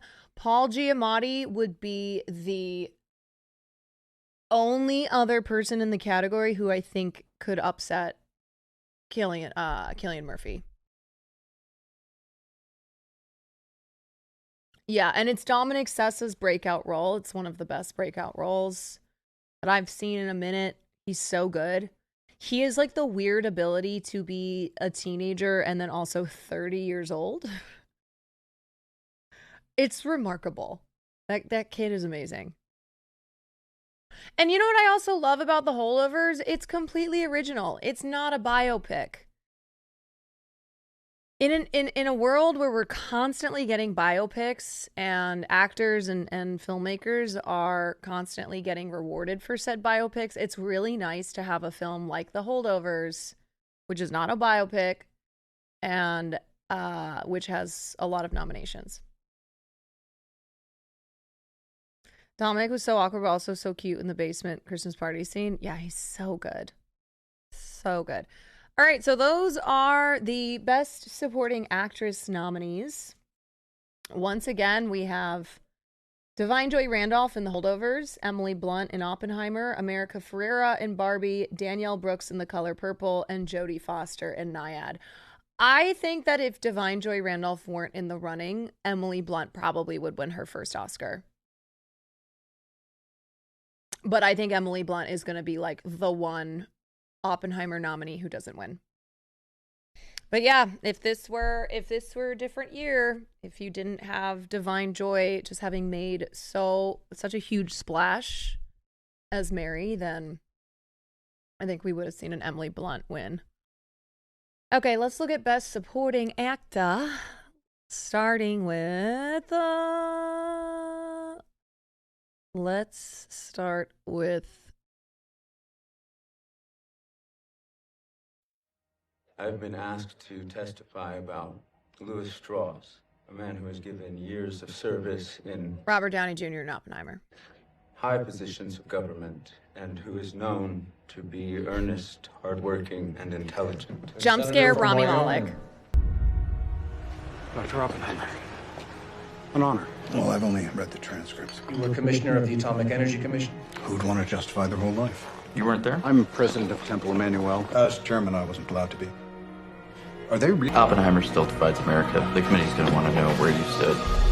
I was chair of the AEC. I'm easy to blame for what happened to Robert. You can't give Oppenheimer a platform. You can't martyr him. This is just how the game is played. He turned the scientists against me. God doesn't play dice. Precisely. What did Yes, say to him, J. Robert Oppenheimer, the martyr. We need a systematic destruction of Oppenheimer's credibility. I gave him exactly what he wanted. To be remembered for Trinity. Not Hiroshima. Not Nagasaki. It was all part of his plan. He should be thanking me. He wanted the glorious, insincere guilt. Amateurs seek the sun. Get eaten. Power stays in the shadows. But sir, you're out of the shadows now. Yeah, that's why this has to work. Because of the personal vindictiveness he demonstrated against Dr. Oppenheimer. Goddamn! Nobody really knows what they said to each other that day. Oh. Lordy. Okay. There is this scene. Oh, the atomic bomb. He wanted to be the man who moved. I think this will probably be his clip. And then awkward moment after the clip is done where it cuts to Robert Downey Jr. He does one of these and everyone in the crowd, yeah. And the Oscar nominees are Robert Downey Jr. in Oppenheimer. Atomic bomb. He wanted to be the man who moved the earth. No, I think I can't remember. They kind of change it. I think they do the announcement and then they play the clip and then it's like, yeah, woo. And then after everything, they go, and the Oscar goes to Robert Downey Jr. in Oppenheimer, because Robert Downey Jr. is going to win. I don't have him as my best supporting performance of the year. And in fact, my opinion on where did my playlist here? My opinion on Downey Jr.'s performance is that it's good. And it's good to see him out of Marvel and doing stuff like this. But I ultimately felt like it was actually one of the weakest parts of the movie. And I don't know why Nolan put so much of this in the film about Oppenheimer. I think that's what my take had been after I saw Oppenheimer. Plus, Charles Melton should have won. Charles Melton, yep, we'll never forget. We don't forgive and we don't forget. So, next up we have these two are Mark fighting, Ruffalo. Mark Ruffalo, who has been nominated for his performance in Poor Things. Another Marvel actor who has broken out and is doing other movies again. Banging around in Bella's head and heart like lights in a storm. Oh. You're always reading now, Bella. You're losing some of your adorable way of speaking. I'm a changeable feast, as are all of we. Apparently, according to Emerson, disagreed with by Harry. Come, just come. You were in my son.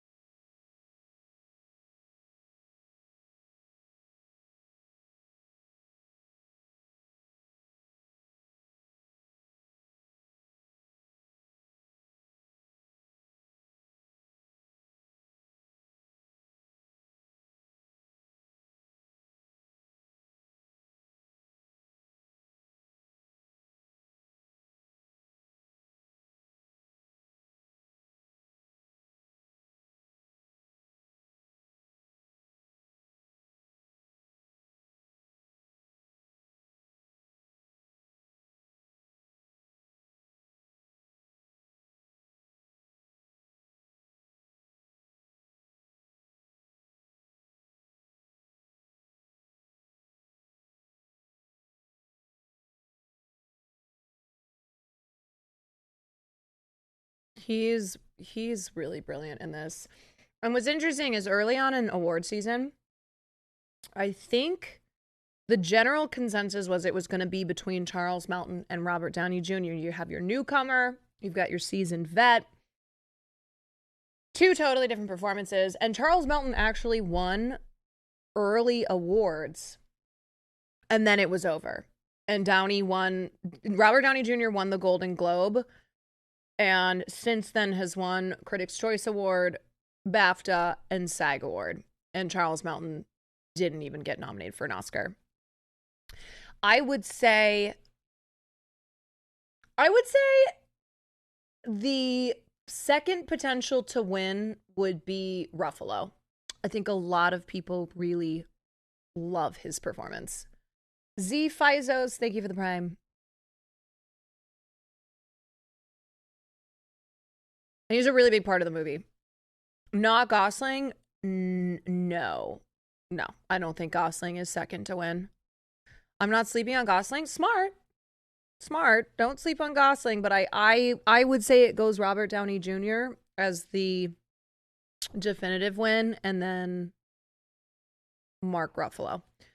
All right, but we also have Sterling K. Brown in American Fiction. I could only find one clip of his performance. Did you know Dad had affairs? Oh, for sure. How? You could just tell. Lisa told me she saw him kissing. He is fucking hilarious in this role. I mean, he's heartbreaking because he's going through a lot, but he's also so funny. He literally goes, for show, when Monk asks him, did you know that Dad was having affairs? Did you know Dad had affairs? Oh, for sure. How? You could just tell. Lisa told me she saw him kissing a white woman once. Why did I have no idea? Why am I the last to know? Because you love them too much. Enemies see each other better than friends. What the hell did you give her? It's oxycodone, but knocks them right out. You gave her opioids to sleep? Yeah. You ever seen a heroin addict? Those guys take naps standing up. It's dangerous. Look, I'm keeping an eye on her. I'm a doctor. So am I. Right. Maybe if we need to revive a sentence. I'm sorry, but that dialogue is so fucking sharp. Anyway, it's a shame that there's no other clips of his performance online. Go see American Fiction. Sterling is one of those actors, every time I see him in something, I go, OMG, it's him. Good for him. He has this energy that he brings to every performance, and he's always good. Like, he is someone who I know is always going to be good. Hold on. Yes, coming.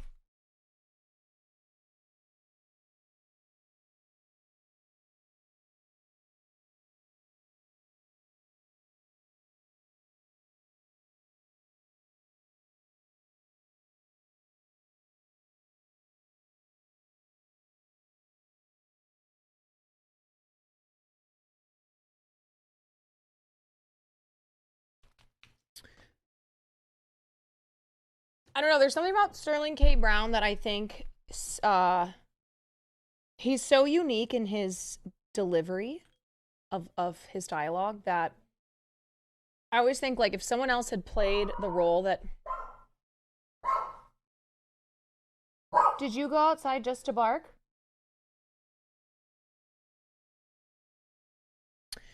If someone else had played the role that Sterling K. Brown played in everything he does, it would just be very, very different. Anyway, all right. Now we have Ryan Gosling. Excuse me, sir. The Goss as Canon in the movie Barbie. Thanks, man.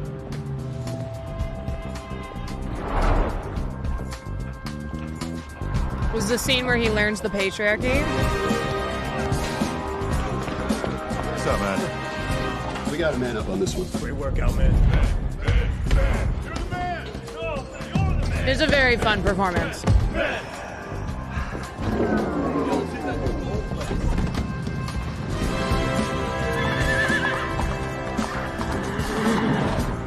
ROI here exceeding expectations. Good stuff.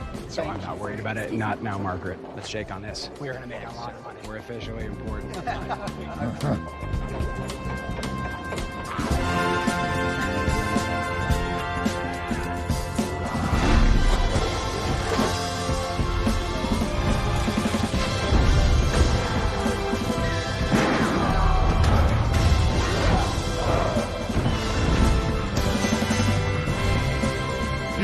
Yes.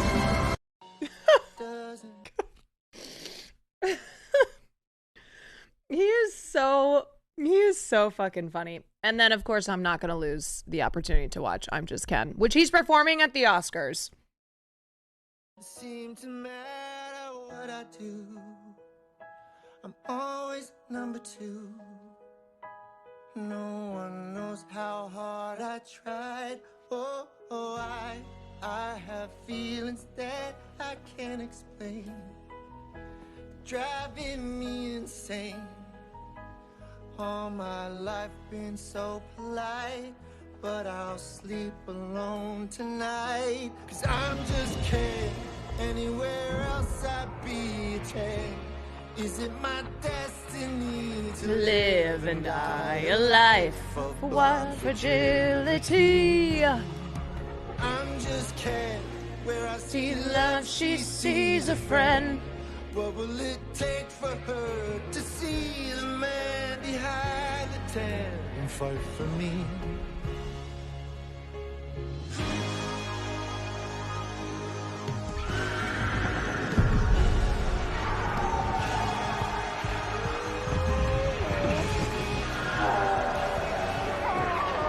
I'll see you on the Malibu beach shore.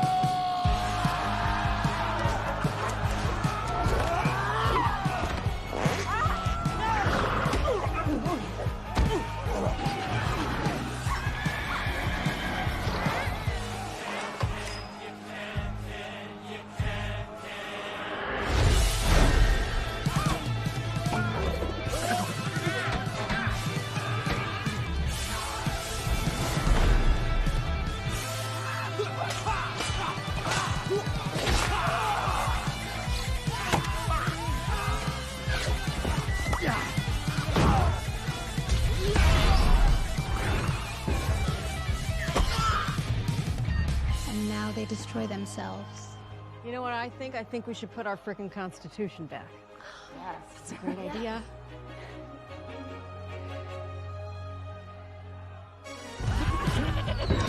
This is a real hornet's nest in here. Watch your flank. I got shot. It's impossible. Were there real weapons here? No. I wanna know what it's like to love, to be the real thing.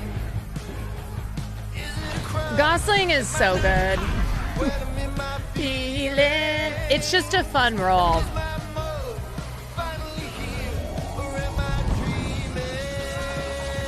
Like, not serious.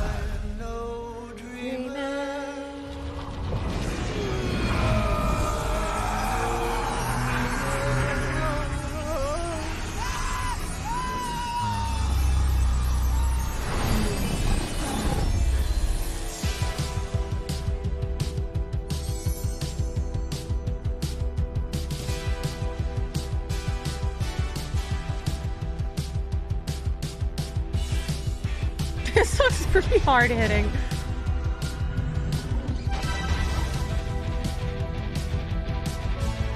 This is the best part of the movie. I agree. Yep.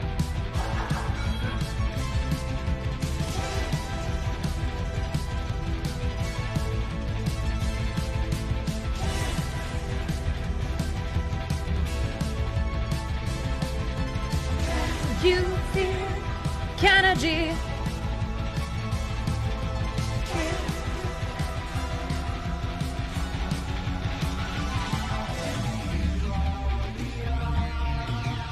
I'm just Ken, anywhere else I'd be a tent. Is it my destiny to live and die a life of long fragility? It's so fucking goofy. I'm just Ken, where I see love, she sees a friend. What will it take for her to see the man behind the tan and fight for me. I'm just Ken and signing up, and I'm great at doing stuff. So hey, check me out. Yeah, I'm just Ken. My name's Ken, and so is mine. Put that manly head in mine. So hey, world, check me out. Yeah, I'm just Ken. Baby, I'm just Ken. Huh? Yeah? Weren't we supposed to vote today? What? What? Constitution. Oh, that was today, wasn't it? Oh God, he's funny. Hogan, thank you for the gifted. Yeah, it's a fun role. Unfortunately, when I reflect back on Barbie, I do think it's the most standout part of Barbie, and so a lot of the anger over the song being nominated, over Ryan being nominated, like, he's the part that sticks in my brain. When I think of Barbie, I literally hear, my name's Ken and so am I. That whole part there is what was in my brain for months and is still in my brain.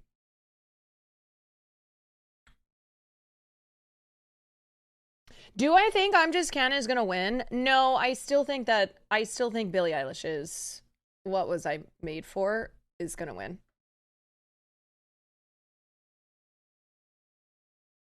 Remember when Margot Robbie said Simu Liu is most like his character? Yes. I'll never forget that. Who was even surprised? Anyway, all right. Last but not least, we have Bobby De Niro in Killers of the Flower Moon.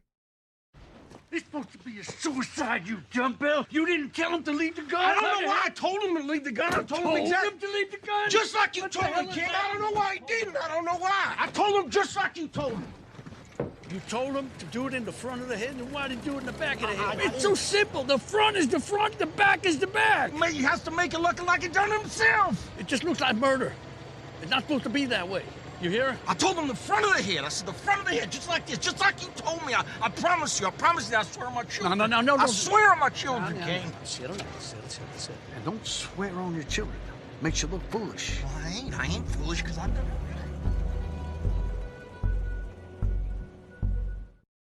He is the devil in this, yeah. De Niro's really good in this role, but the reason that I have someone like Mark Ruffalo over someone like Robert De Niro is because Mark Ruffalo's performance was really surprising, and I felt like it demonstrated this enormous range, and it was something that I had not seen, especially I feel for Mark, but also of like all the performances last year. Like Robert De Niro's very good at playing this type of role. And I do still feel like there were things about Hale that like, I don't think that this is the exact role that Robert De Niro has played his whole life. Like, there were things about Hale that I felt were new.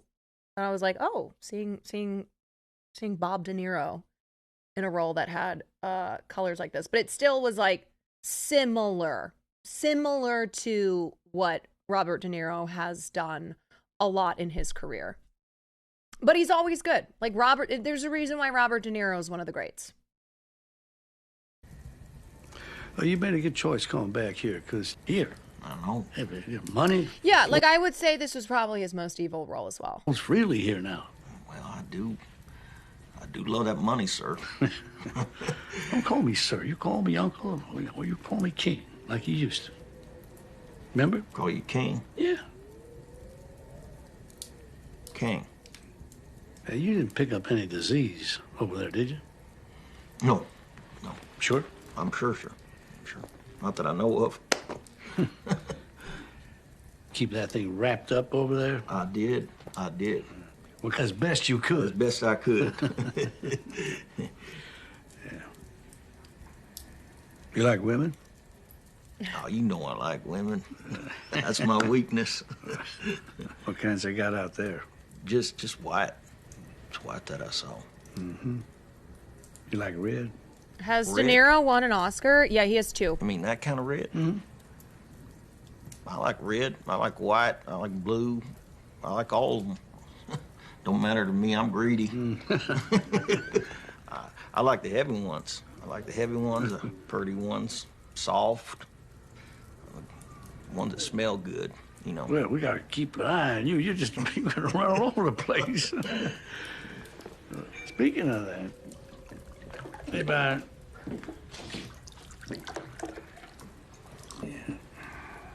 Oh, well, that's good. That's good.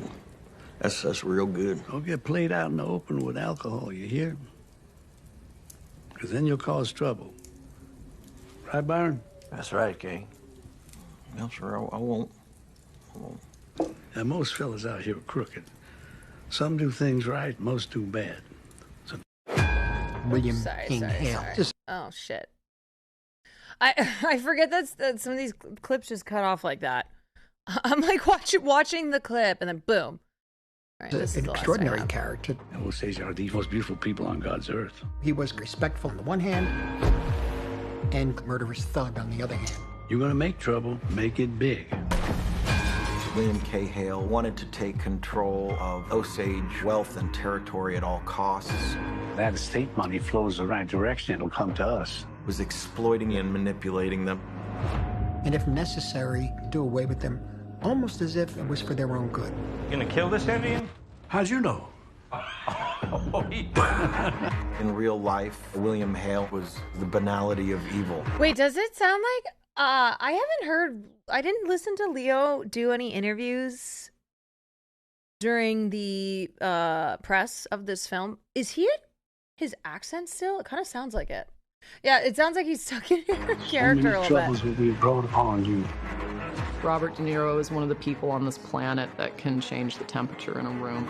He is so powerful. They're gonna go.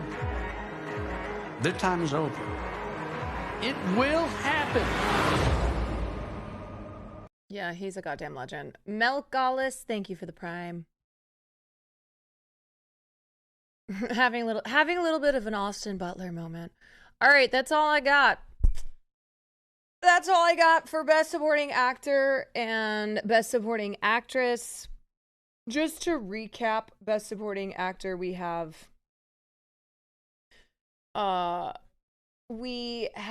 Robert Downey Jr. in Oppenheimer, Mark Ruffalo in Poor Things, Sterling K. Brown in American Fiction, Ryan Gosling in Barbie, and Robert De Niro in Killers of the Flower Moon. I think that this is Robert Downey Jr.'s.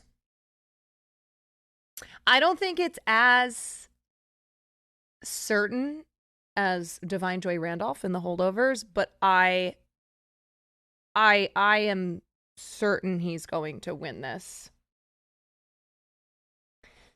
He's just been cleaning up at a lot of major award shows, and Oppenheimer just has so much momentum.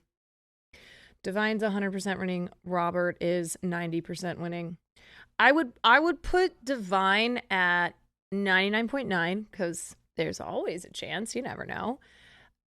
99.9, and then I would say Robert is probably... I would put him at like 85. Yeah. Charles Melton, we will avenge you. One of these days, Charles Melton Hive will avenge him. And then I think other than Robert Downey Jr., the next potential to win would be Mark Ruffalo. So, all right. That is our Oscars coverage of the day. Every day this week leading up to the Oscars on Sunday, we will be doing something related to the Oscars, covering the various categories And then I think Friday or Saturday, I think we're going to do our predictions on stream. So if you want to submit your predictions for the Oscars, we'll get a Google form. You can do that. Dune Shadow, have you already made that Google form? Because maybe we can put it in the Discord now, or throw up the link in stream and people can start filling it out through the week. And then we will probably discuss Saturday. Oh, I don't know if she's even in here. Anyway, we'll get that form going. So if you guys want to submit your predictions, I think she made the form multiple choice this time, so you can more easily see what percentage of chat picks what. Yeah, I think she switched up.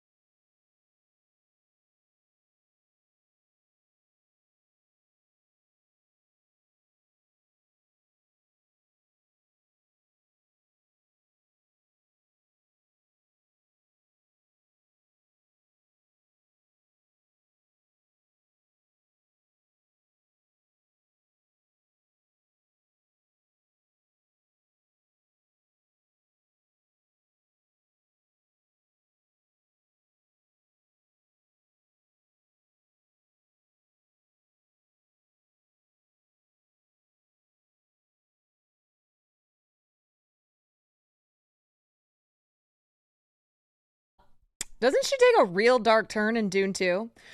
Regardless, great role. But what? Of all the fucking pictures. Was she still mothered? Okay. But of all the photos of me, I like that he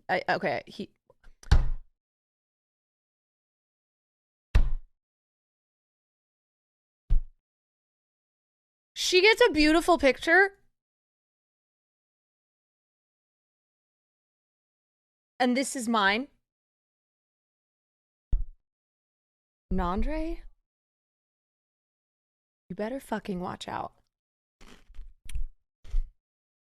Uh-huh. Yeah. No, his...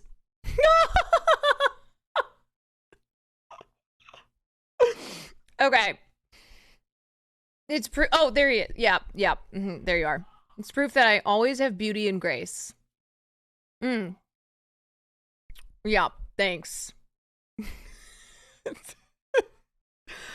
Wait, I gotta look through this thread. Dune characters if they were Twitch streamers. Now, here's my question. Is this casting like who would do a good job playing this role? Or is this casting who Nandre is reminded of when he thinks of these characters? So we have Seer as Fade Routha, played by Austin Butler.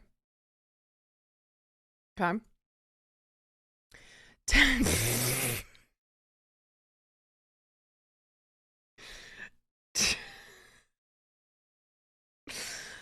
Tectone as the Baron, played by Stellan Skarsgård.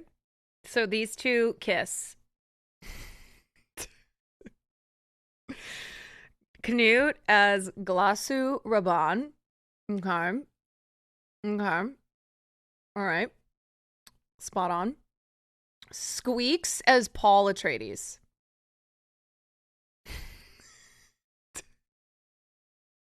Played by Timothée Chalamet.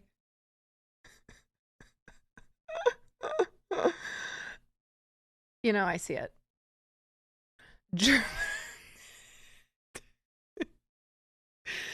Germa as Leto Atreides II, the God Emperor.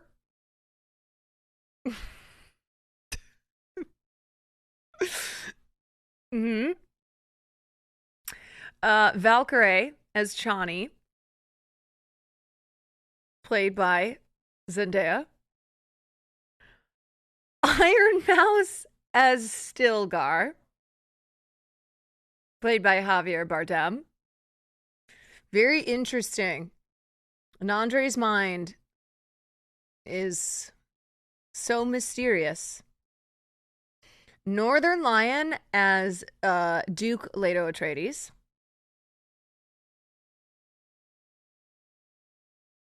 I really see the resemblance with the choosing of both these photos. Once again, me as Lady Jessica. You know, I have a lot of pictures where I'm probably doing something like much more similar to how Rebecca Ferguson looks in this photo. I just want to point that out. Okay, yeah, my best moment. Peach stars as Princess Urulon, played by Florence Pugh.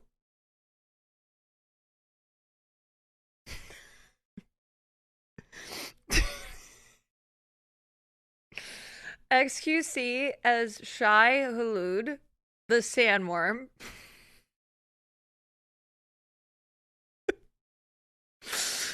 Perfect casting.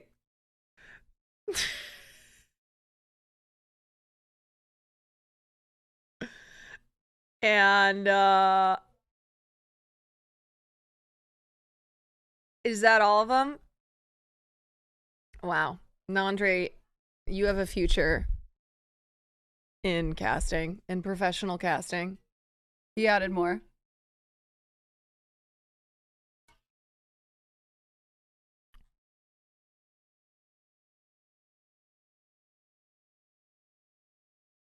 This man killed.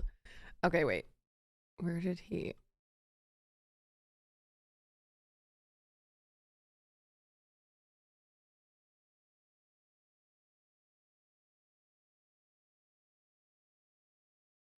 Okay, Austin on Twitter as Lady Margot.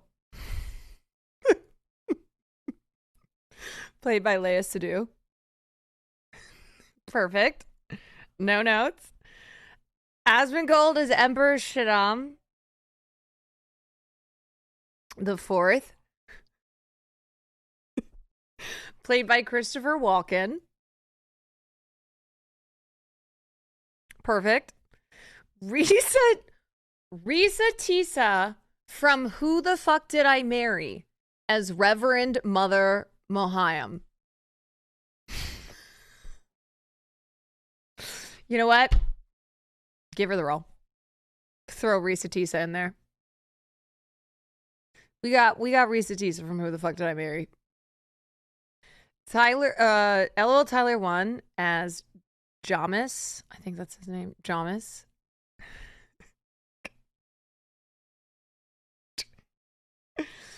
Hassan the Hun as Gurney Halleck, played by Josh Brolin.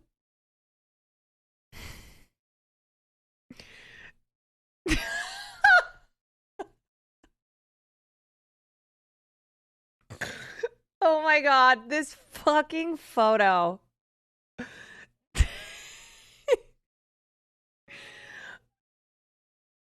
Will Neff as Duncan, Idaho. The photo choices are insane. There is a character named Duncan, Idaho. Yes. Yes, there is. Mizkif is that one Harkonnen soldier who gets hit with a rocket. You redeemed him with this. Let me see. Oh, yeah. This man killed 18 Sardaukar by himself. Where's my sexy picture?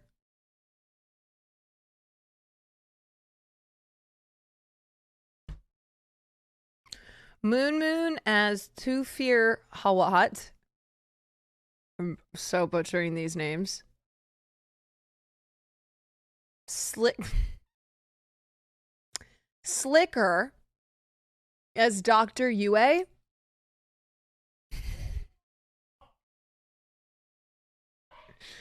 Dr. Yue is even more wholesome than Slicker is. And Dr. Yue betrays the Atreides family. Why would you add him? Because Nandre is chaotic evil. Fuseli as Liet Kynes. Britt as the Maker Keeper. Doesn't even have a photo from the movie. Cutie Cinderella as Aaliyah Atreides. Great casting. Britt as the what? As the Maker Keeper. Photo. I don't even know what this is from.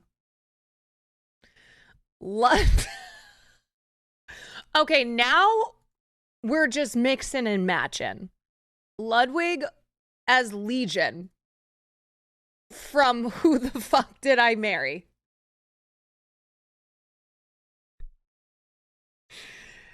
Now we have just we are just Dune Who the Fuck Did I Marry? It's Who the Fuck Did I Dune?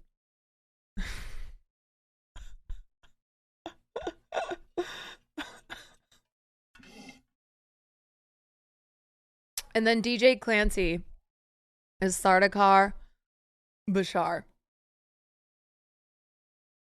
DJ Clancy, who Duned I marry? Who the fuck Dune I marry? Yes.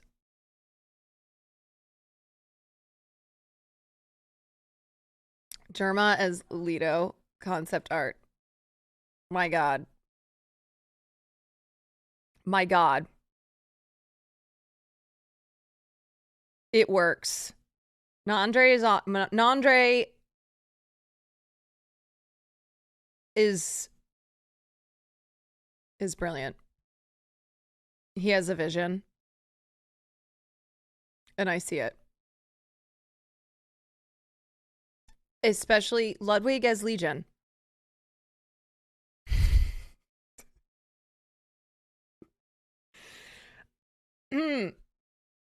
As it is written.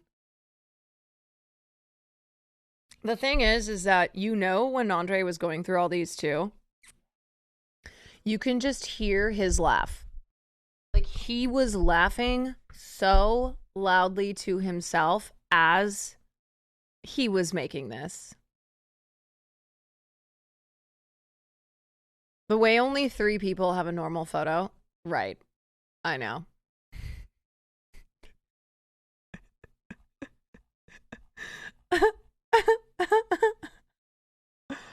Oh, who's Baron Harkonnen? Oh, that was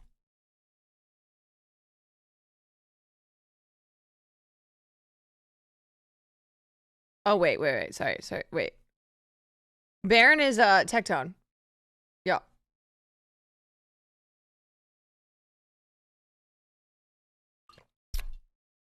He put a lot of thought into this. That's the worst thing I've ever shown on stream. This. I should make this a sub alert. The photo that pops up when you subscribe. Which will certainly motivate people to subscribe. If when you do, this is what pops up.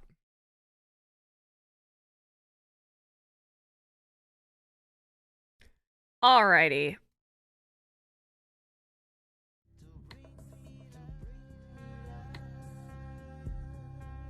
I like that this song, Angel by Massive Attack, is what started playing when we were gonna talk about Kate Middleton conspiracy theories. Okay, so we're gonna go to...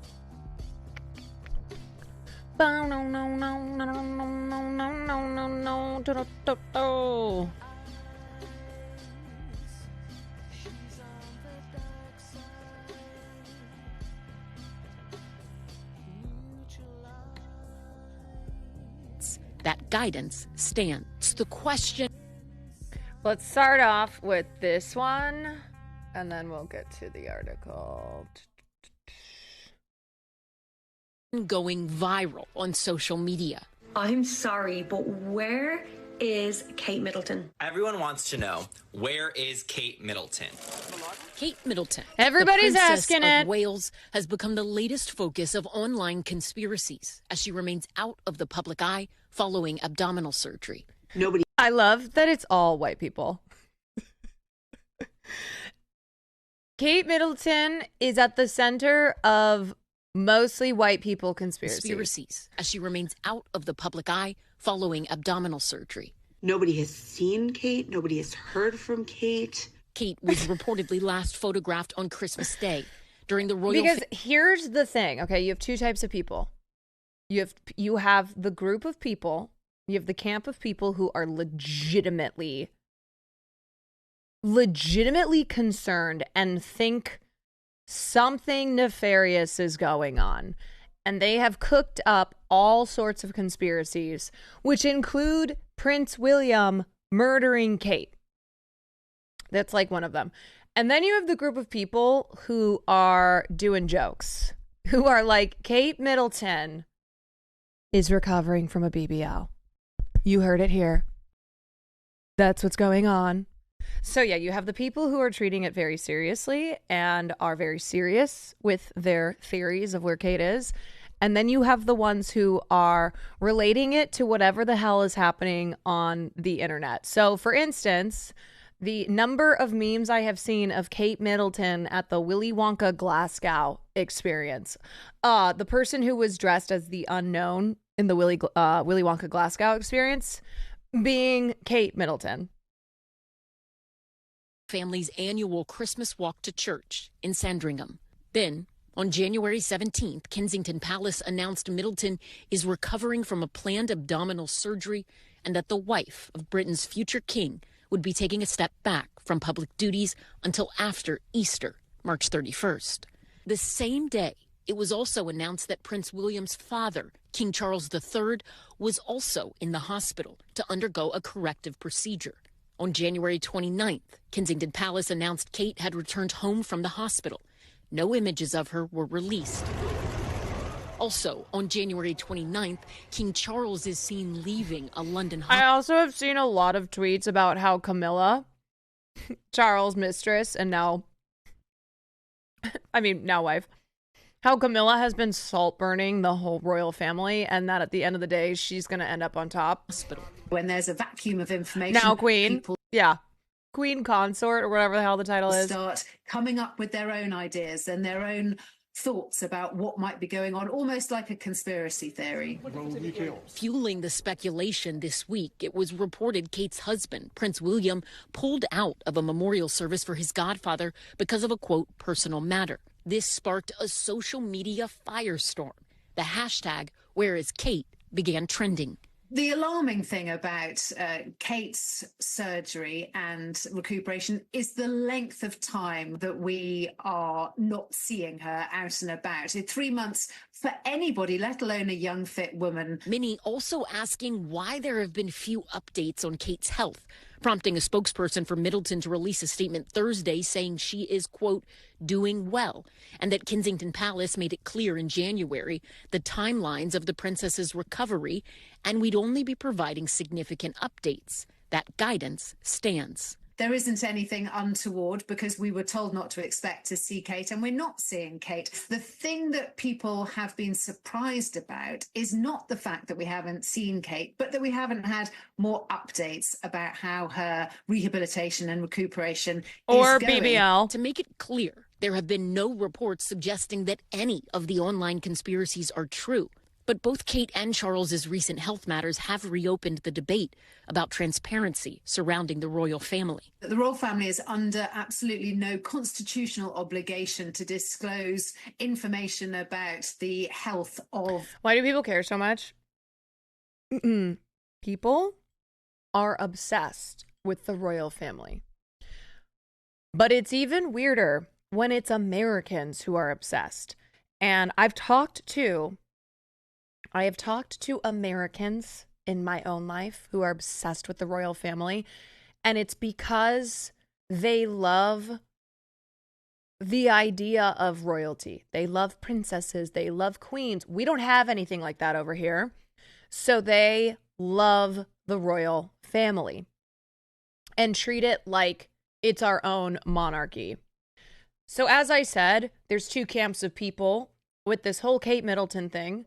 There are the people, well, there's three, okay? There's people who don't give a fuck about any of this. There's the people who are jumping on the jokes, jumping on the conspiracy train, but as like a joke.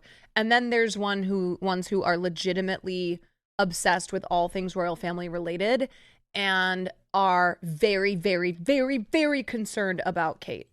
Members of the royal family. Until we see the Princess of Wales again, the online community will likely stay abuzz.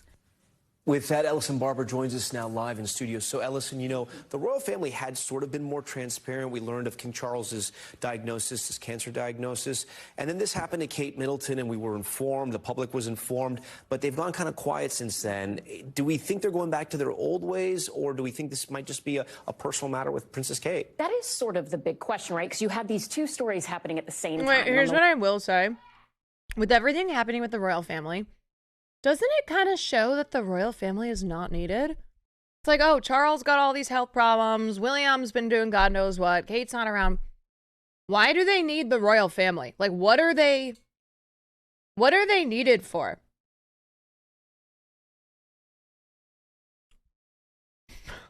I mean, I'm not talking to people who think the family, like the royal family, is needed, but I think it's just an indicator, once again, that the royal family are nothing more than figureheads. Yeah. On one hand, the royal family we're waiting to get rid of these people for being more open, more transparent about his medical process. But when you look at the details they released, even with that, they said he had cancer. They didn't say what kind. They didn't say what stage. You don't like giving your tax dollars to them? This debate sort of play out in real time about what the public thinks they have a right to know and what the royal family is going to give them. And there is this situation where under King Charles, they have talked about this being a more modern era, and Prince William and Kate, they've sort of been at the forefront of modernizing the royal family. So for people not to have this information now, they think they should, and the internet will be the internet. Right. One thing we know for sure, when we do get to the bottom of it, we know you'll be right back here telling us what happened. All right, Ellison, thank you for that. Thanks for watching. Thanks for watching NBC Nightly News.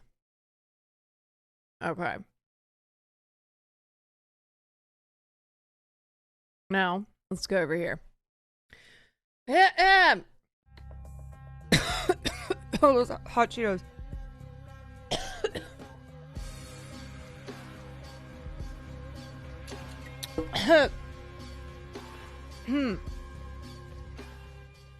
Oh boy.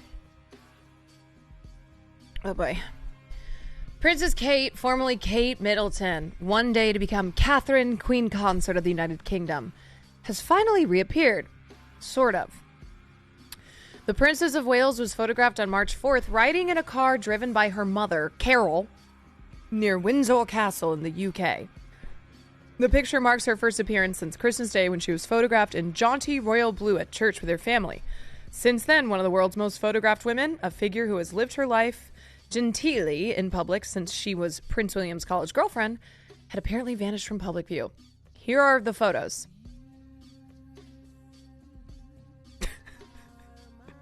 That is Katie Holmes.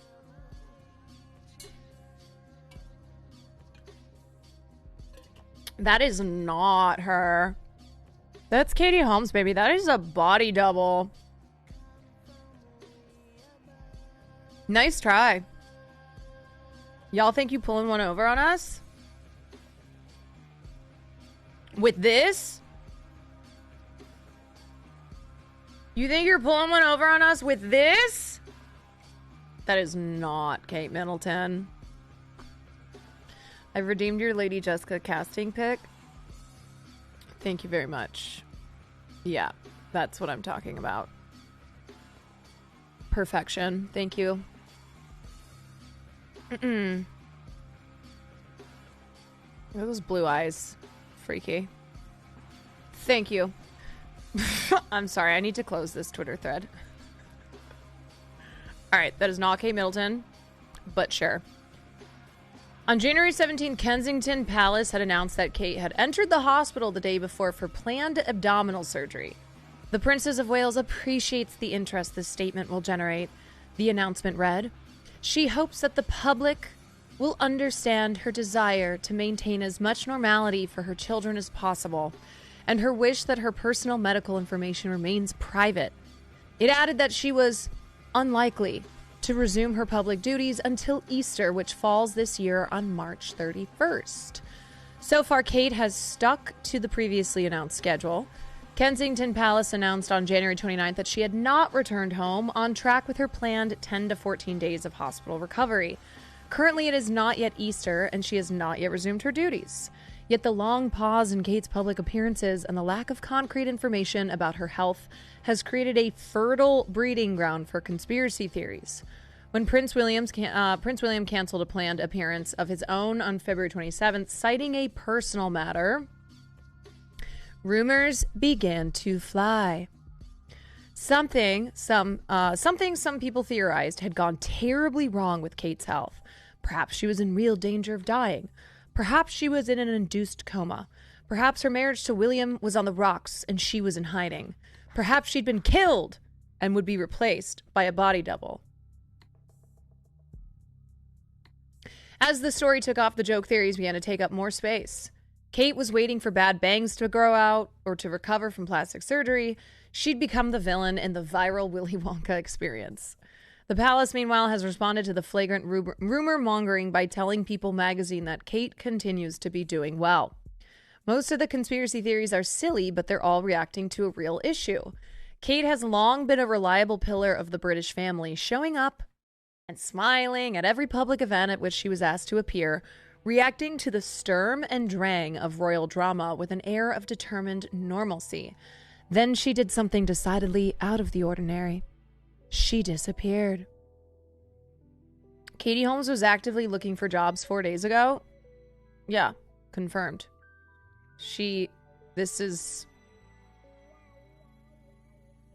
That is Katie Holmes. Why some people think Kate's cover story is fishy. Officially, Kate was in the hospital for planned abdominal surgery. Still, skeptical onlookers pounced almost immediately on an apparent discrepancy in Kensington Palace's first statement about her health on January 17th. If Kate's surgery was planned, the onlookers demanded to know, then why had the palace also said that she was postponing her upcoming engagements? How far in advance could this surgery really have been planned? Also raising eyebrows was the detail that Kate would be recovering from her surgery for 10 to 14 days. Some abdominal surgeries can be minor, like an appendectomy, but those procedures don't come with such lengthy inpatient stays.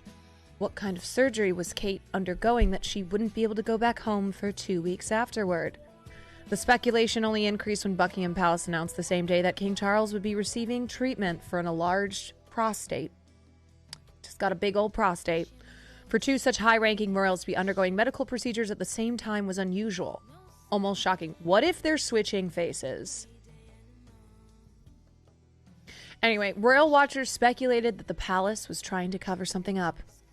As the weeks went by, Kate's condition remained mysterious, while Charles was almost pointedly transparent about his own health. In February, he announced that he had been diagnosed with cancer, that it had been caught early, that he was doing well, and that he had begun treatment. As for Kate, Kensington Palace would only say tersely that her condition was not cancerous. Why, royal watchers demanded, was Kate's condition so much more mysterious than the king's was? The more time went by without so much as a single blurry telephoto lens shot of Kate, the more the rumors built. William was photographed visiting the hospital, but no one saw Kate make her way out of the hospital and back to her home in Windsor Home Park. She has posted no recovery photos to Instagram, and no paparazzi have caught her ducking into the backseat of a discreet and unmarked car. Under normal circumstances, the lack of photos of a woman recovering from a medical procedure would be recognized as a reasonable respect for someone's privacy. However, the life of a future Queen of England is not normal circumstances. In a country with a notorious, ruthless tabloid press, royals are considered to be fair game as much as anyone. This isn't helping the lizard people conspiracies. Royals are expected to keep the public informed on their well-being, to play the game with the media. The royal women, particularly, are expected to meet nearly impossible expectations. To be always beautifully groomed, always pleasant, always available to their public, no matter the circumstances. Kate has traditionally done so with reliable goodwill. After the birth of each of her children, she appeared dutifully in front of the hospital in full hair and makeup for a photo op for the paparazzi within 24 hours. You could not... You catch me dead doing something like that. And she did it with a cheerful smile each time to boot. What made this particular procedure different? What had kept Kate from wanting to show her face and kept the press from demanding to show it anyway? You're telling me that Kate Middleton, the same woman who posed outside the hospital like a freaking supermodel mere hours after giving birth, suddenly requires months of recovery before showing her face? And the British press now magically respects privacy? This feels sinister. Here's my theory. Lizzie has come back from the dead. She's a ghost, and she has killed Kate Middleton. Kensington Palace made it clear in January the timelines of the princess's recovery, and we'd only be providing significant updates. That guidance stands. This is what was said on Thursday. So the reason this disappearance strikes people as odd is because it's so counter to her brand. As long as she's been in the public eye, she's been dependable, reliable, and always there. Constancy is so clearly central to Kate's public image that the press has made it at various points her most heroic trait and her only liability. Even early in her relationship with Prince William, during which the press granted her the humiliating nickname of Weighty Katie. The British press are all bastards. Kate was polite to the paparazzi. She didn't cultivate a chummy relationship with them as the late Princess Diana did at certain parts of her career, but she also didn't try to outmaneuver them. She knew what they wanted, and that was matter of fact. And she was matter of fact. In the Palace Papers, royal journalist Tina Brown describes how the paparazzi would show up outside the mid-market fashion line where Kate worked while she and William were dating. Her boss would ask if she wanted to sneak out the back, but Kate would reply, "To be honest, they're going to hound us until they've got the picture. So why don't I just go, get the picture done, and they'll leave us alone." I feel like I don't know shit about Kate Middleton. I've seen so many photos of her. She's been around forever, and I don't know a single thing about her. Besides the fact that she's just always perfect looking. After Kate and William married in 2011, she enjoyed a brief honeymoon period as one of the most popular members of the royal family. With her famously shiny hair and demurely polished wardrobe, she, like Diana before her, had a dash of the kind of glamour that could make the dowdy Windsor feel brand new again. At the same time, she was sensible, so straightforward, so clearly walking into her fate with open eyes and a cool head. She was not the kind of woman who would be destroyed by the pressures of royal life. She would be, as Brown writes in the Palace Papers, unlike the child bride Diana, road-tested in resilience as well as royal life. She's a trophy wife? Oh yeah, she's the trophy wife of all trophy wives. When Prince Harry married Meghan Markle in 2018, Kate and Meghan became each other's foils in the press, and once again, Kate's constancy was her defining feature. When Meghan was popular, Kate was the drab and conservative Duchess of yesterday, compared to Meghan's exciting progressivism. When Meghan was unpopular, or the British press was feeling particularly racist, Kate was the steadfast maternal icon who could be counted on to lead the British in times of trouble, whereas Meghan was troublingly mercurial and far too trendy to be trusted. The royal family has contracted over the past few years, with the older generation dying off and members of the younger generation drawing back or becoming mired in scandal. Yet as her press coverage fluctuates, Kate has continued performing her duties, almost always with her signature public smile, cheerful, reliable, the face of a woman pleased to be doing what's right. She's a star player for the royal family in a dangerous time of transition. She's always where she should be.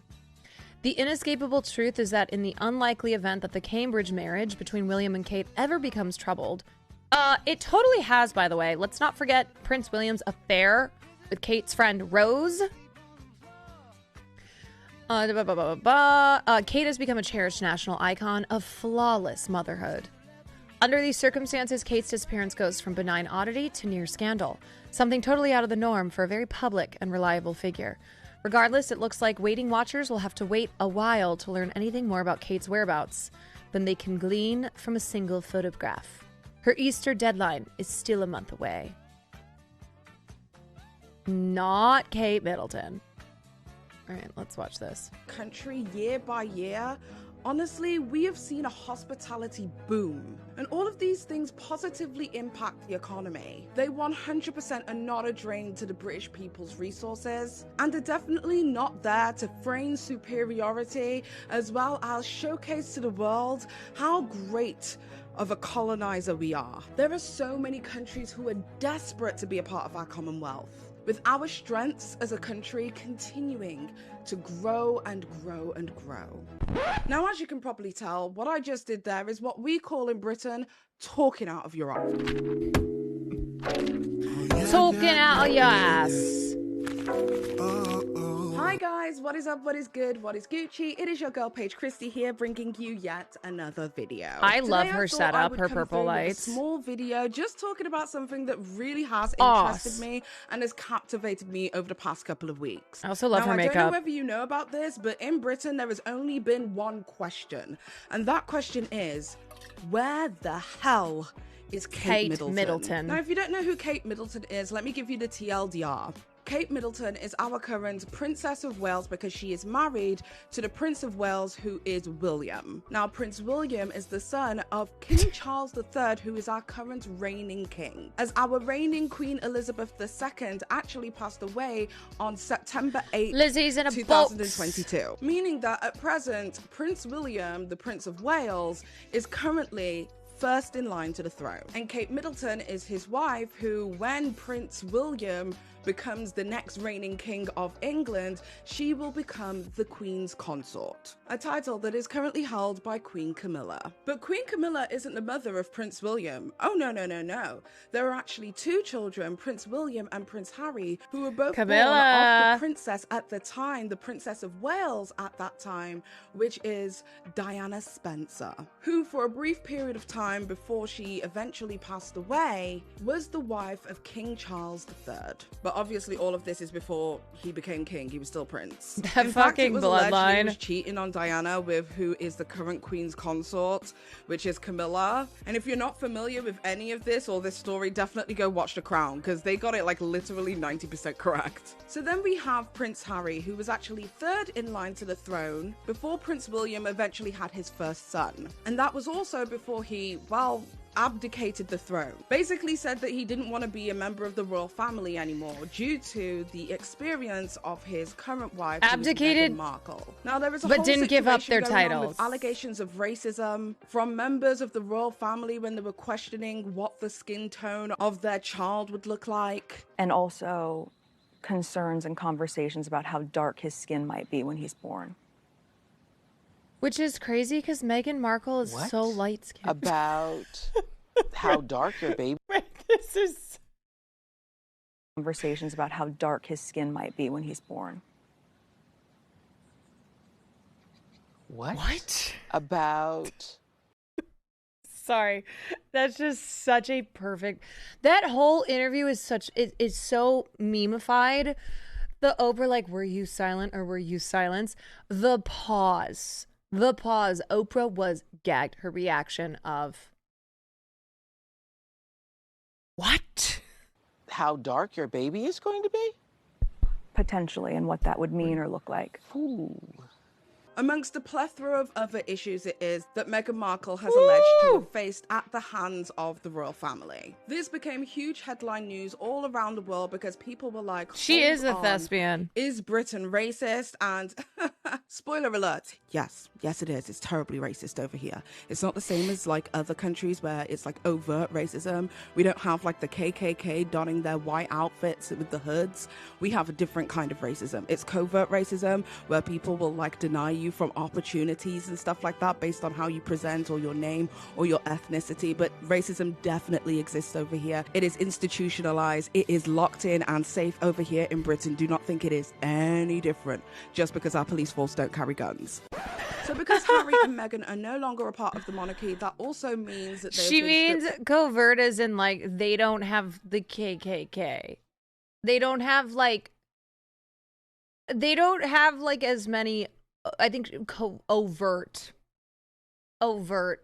racist groups walking around like that. Not only their but titles, it is, yes, but their very much privileges, so such intertwined as in the culture of security. Britain. Now, there were alleged to have been a lot of security issues surrounding Meghan Markle. Like, they don't have and a conservative how Meghan, flag as well as her like we children, do. were put at risk due to not being able to get the same security measures as the rest of the monarchy. Royal bodyguards have been with Prince Harry his entire life. One step behind, as close as family, sometimes closer. Royalty protection officers are supplied by Scotland Yard and funded by the taxpayer, and the huge cost is at the centre of this row. 4 years ago, the Duke and Duchess of Sussex decided to step back from royal duties and to relocate to California. They pay for their security in the United States, but not here.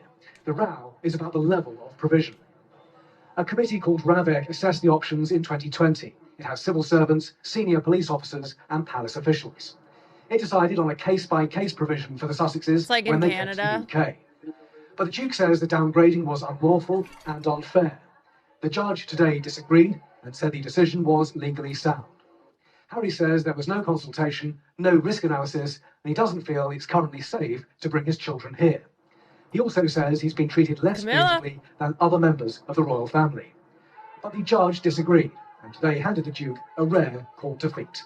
Now, let me make this clear. A member of the royal family, Prince Andrew, who many have alleged to have been sexually abusing minors, he has full security privileges. Nobody could get anywhere close or near to that man because he is protected by the monarchy with tax-paying fucking pounds. But Meghan and Harry have been fed to the wolves and have been essentially told to figure it out. Despite the fact that whilst Meghan Markle may have become a monarch by marriage, Prince Harry has always been a monarch. He was born into it. Therefore, as a man who has been photographed literally since the moment he was born and is known all over the world, he now has to forego his own security that he's literally grown up with. This security situation actually got so bad for them that I think Tyler Perry ended up financing their security. And if you don't know, Tyler Perry is a huge black filmmaker and he's a billionaire. There are many people out there who believe that she is maliciously trying to do something negative to take down the monarchy. Now, I don't know how a girl from Suits holds that much power, but one thing is sure and two things is for certain. The British public, for some bizarre reason, see Meghan Markle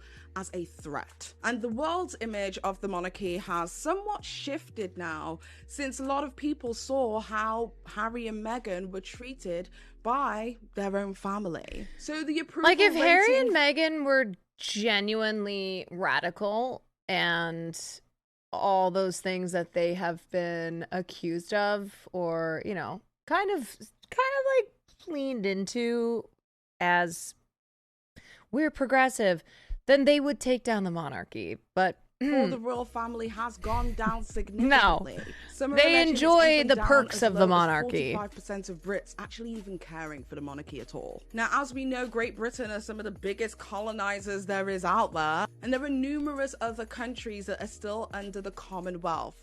My country, Jamaica, as well as another country called Barbados, they have both asked to end partnership in the Commonwealth and be fully independent countries, to which the monarchy have failed to respond. So the relevancy and the need for the monarchy has somehow drastically dropped. Nobody in Britain cares about them anymore. Everybody seems to be like wiping that patriotism from their eyes and thinking to themselves, actually, what do they do for us? And Yeah, I feel like people's obsession with the royals is not as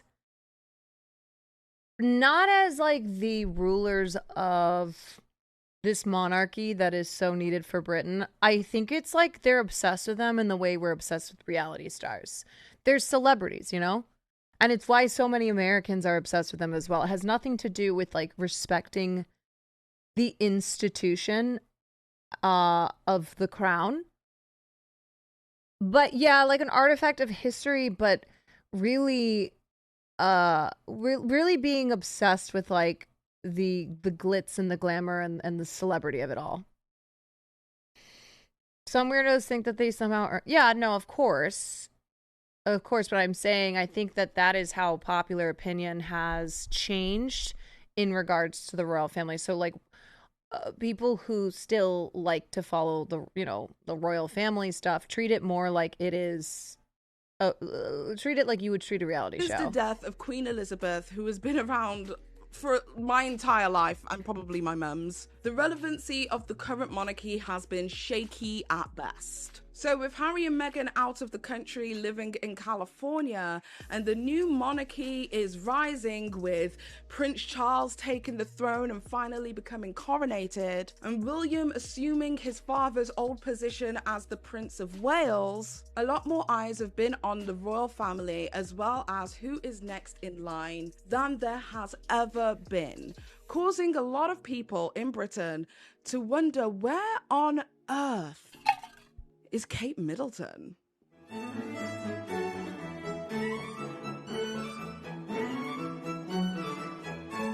Okay, so the British public have not seen from Kate Middleton since the 25th of December 2023. She has not been seen out and about, no public appearances, nothing like that. She has been gone, radio silent. We have not seen Kate Middleton at all. And on January 17th, 2024, Kensington Palace then issued a massive statement about Kate Middleton, stating that she had undergone planned abdominal surgery and that she was expected to stay in hospital between 10 and 14 days before eventually returning home to finish her recovery. That led many people to speculate, what kind of surgery is this? How long is she going to be out of commission? What kind of abdominal surgery that's planned would cause somebody to be out of work for well over a couple of months? Well, this is where the speculations grew, the conspiracies grew, and we'll get into those a little bit later, but I feel like it's important to go through the full timeline to understand why the British public are so concerned about where Kate Middleton is. So there was actually a thread that was done a couple of days ago by a person by the name of Sage, who goes by Counterfacts on Twitter, and they made a detailed thread basically going through every single piece of information as to the concerns of the whereabouts of Kate Middleton. Okay, so here is what was said by Kensington Palace. Her Royal Highness, the Princess of Wales, was admitted to hospital yesterday for planned abdominal surgery. The surgery was a success, and it is expected that she will remain in hospital for 10 to 14 days before returning home to continue her recovery. Based on the current medical advice, she is unlikely to return to public duties until after Easter. So we're talking like April, May time, girl. This is a long time to be away for planned abdominal surgery. The Princess of Wales appreciates the interest. Aren't they a bitch to recover from? It depends on she hopes that the public will understand her desire to maintain as much normality for her children as possible, and her wish that her personal medical information remains private. Kensington Palace will therefore only provide updates on Her Royal Highness's progress when there is significant new information to share. The Princess of Wales wishes to apologise to all those those concerned for the fact that she has to postpone her upcoming engagements. She looks forward to reinstating as many as possible as soon as possible. Okay, so the thread continues.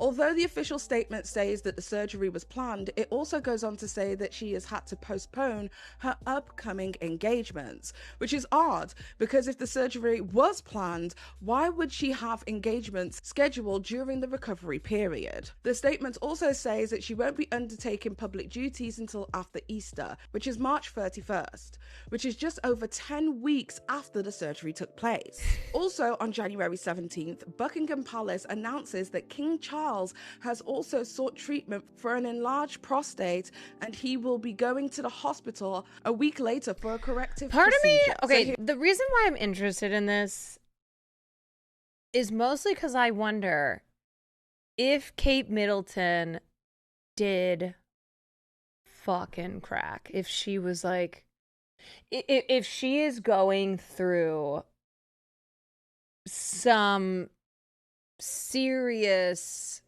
questioning of being a part of the royal family. Like, that is interesting. She did crack? Kate Middleton did crack.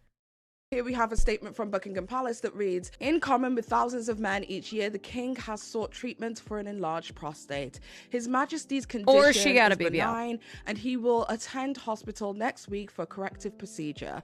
The king's public engagements will be postponed for a short period of recuperation. So people are sitting there going, what the hell is going on at Buckingham Palace? We've got 2 members of the royal family down. But my initial first thought was, quite frankly, why do we know what's going on with Prince Charles' prostate? To be honest, I don't actually care about the inside of the king's anus. Like, sorry you're going through something like that, but that was important enough for us to know, but an abdominal surgery wasn't. So as you can imagine, this whole situation ended up raising even more eyebrows. The thread continues. Now it's wild that these were announced on the same day, merely hours apart. It is also noteworthy that while Kate's surgery was announced after the fact, Charles's procedure was announced a week in advance. On January 18th, 2024, one day after Kate's surgery was announced, Prince William is seen visiting her in the hospital. On January 18th, People magazine state that William has shifted his schedule to support his wife and is expected to postpone engagements to be by Kate's side and support their family. They have 3 children, George, who is 10, Potion Master, I need your strongest potion, and Louis, who is 5. So then this is where it gets even weirder. On January 21st, Sarah Ferguson, who is the Duchess of York and the ex-wife of Prince Andrew, yes, that's right, Epstein Island's Prince Andrew, is diagnosed with skin cancer after being treated for breast cancer in June 2023. I don't know if God just turned around and said that he was going to punish the colonizers, but my goodness, like, slow down, it's a bit much. Smite them. On January 26th, King Charles undergoes his procedure for an enlarged prostate in the same facility where Kate Middleton The whole is royal recovering. family is People dying. magazine states that King Charles also paid a visit to the Princess of Wales in the same hospital ahead of his own surgery. On January 27th, Camilla, Charles's wife, visits him in the hospital 3 times within 24 hours. Okay, so on January 29th, Kensington Palace announces that Kate has returned to Windsor to continue her recovery from surgery and that she is making So strange and incredibly progress. inbred There were no dynasty is photos having of health her leaving issues. the hospital. Now this is very uncommon. Like, usually Fucking whenever your anything cousin takes place in regards is to not health, good. when it comes to the royal family, You there will is get always cancer. photographers waiting for them outside of the hospital. I feel like every birth that has taken place with the royal family has been photographed, as in, like, the moment the lady comes out of the hospital holding her newborn, that moment is captured for the world to see. We saw it with Princess Diana, Full with both of her makeup, 2 hair sons. done. And there was actually a little situation that took place with Meghan Markle, because Meghan Markle didn't come out the day of the birth, hold up the baby like bloody Simba and show it to the people of the Pride.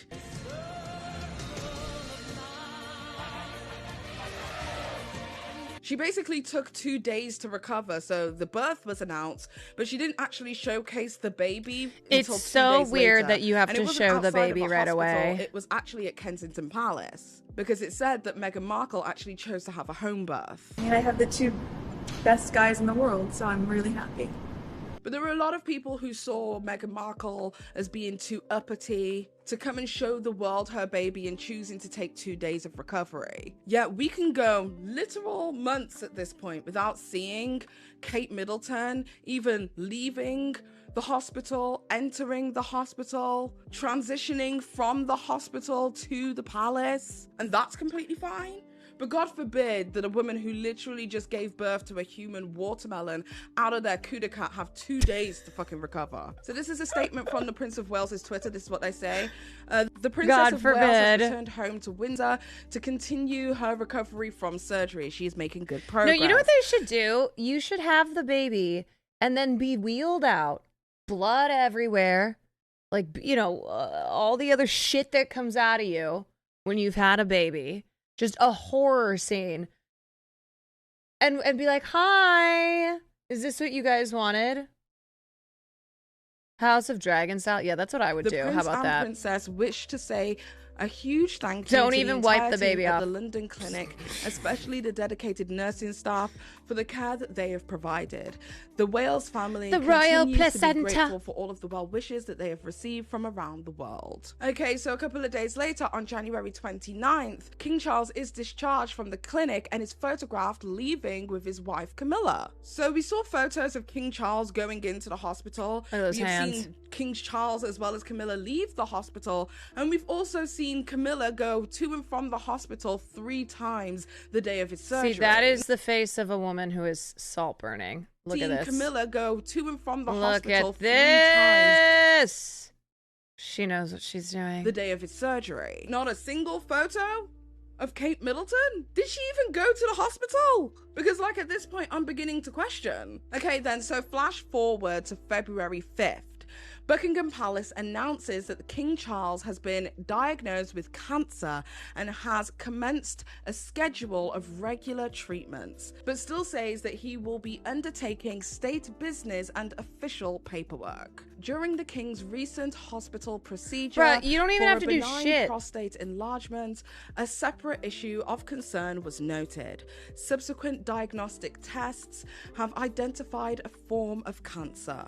His Majesty has today commenced a schedule of regular treatments, during which time he has been advised by doctors to postpone public-facing duties. Throughout this period, His Majesty will continue to undertake state business and official paperwork as usual. The King is grateful to his medical team for their swift intervention, which was made possible thanks to his recent hospital procedure. He remains wholly positive about his treatment and looks forward to returning to full public duty as soon as possible.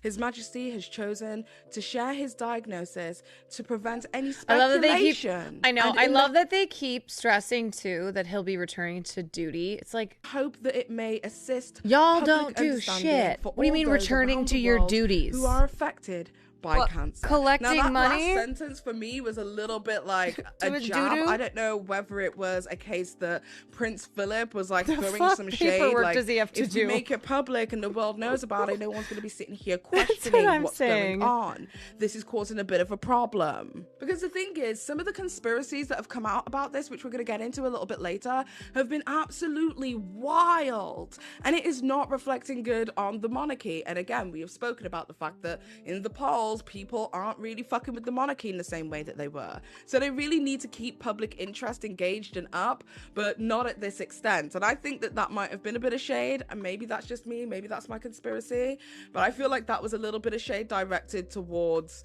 Kate Middleton for this whole questioning of where the hell she is. So then on February 7th, William undertakes his first official engagement since Kate's release from hospital. Now in the video it is sorry. that I'm about to show. There's just so many things about British culture that are so goofy. Like, I'm just like, it's released like, from look at this guy hospital. behind him. Now,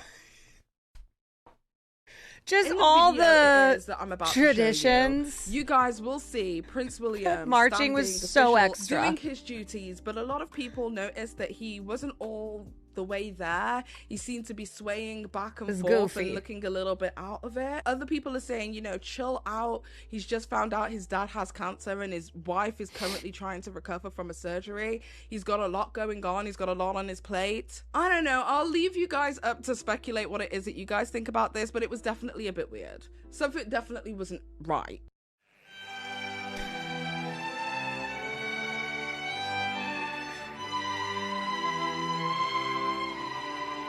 Why is he swaying like that? Is he dying too? What is going on?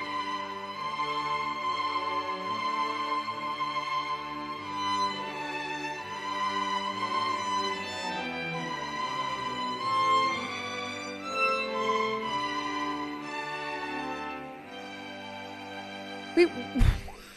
Okay, so on February 7th, Why Prince is he Harry swaying flies from like California that? to the UK to see his father after his cancer diagnosis. Is that just like announcement. exhaustion? It states that Harry leaves the UK after 24 hours to fly over to California after a 45-minute visit with his father. Now, if you're wondering, Are they to yourself, all why did dying? Prince Harry only come over for a short flying visit to see his father who's been diagnosed with cancer? And why was it just him? Where's the rest of the family? Do they not care about the king? Well, this all stems back to what it was that I was discussing a little bit Isn't that an earlier American song they over played? Oh, I Prince don't Harry know. having a lot of trouble getting any kind of security when coming over to the United Kingdom, as he has relinquished his duties as a monarch. Not only will the royal family not provide any kind of security for himself, that also extends to Meghan Markle as well as her children. And because of the safety concerns it was that Meghan Markle alleges to have faced, Prince Harry simply just doesn't feel comfortable bringing his family over to the United Kingdom or staying for a long period of time for that matter.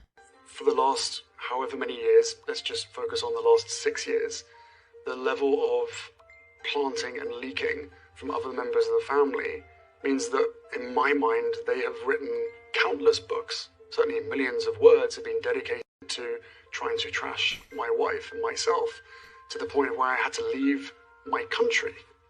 At that time, I didn't fully understand how much or how complicit the family were in that pain.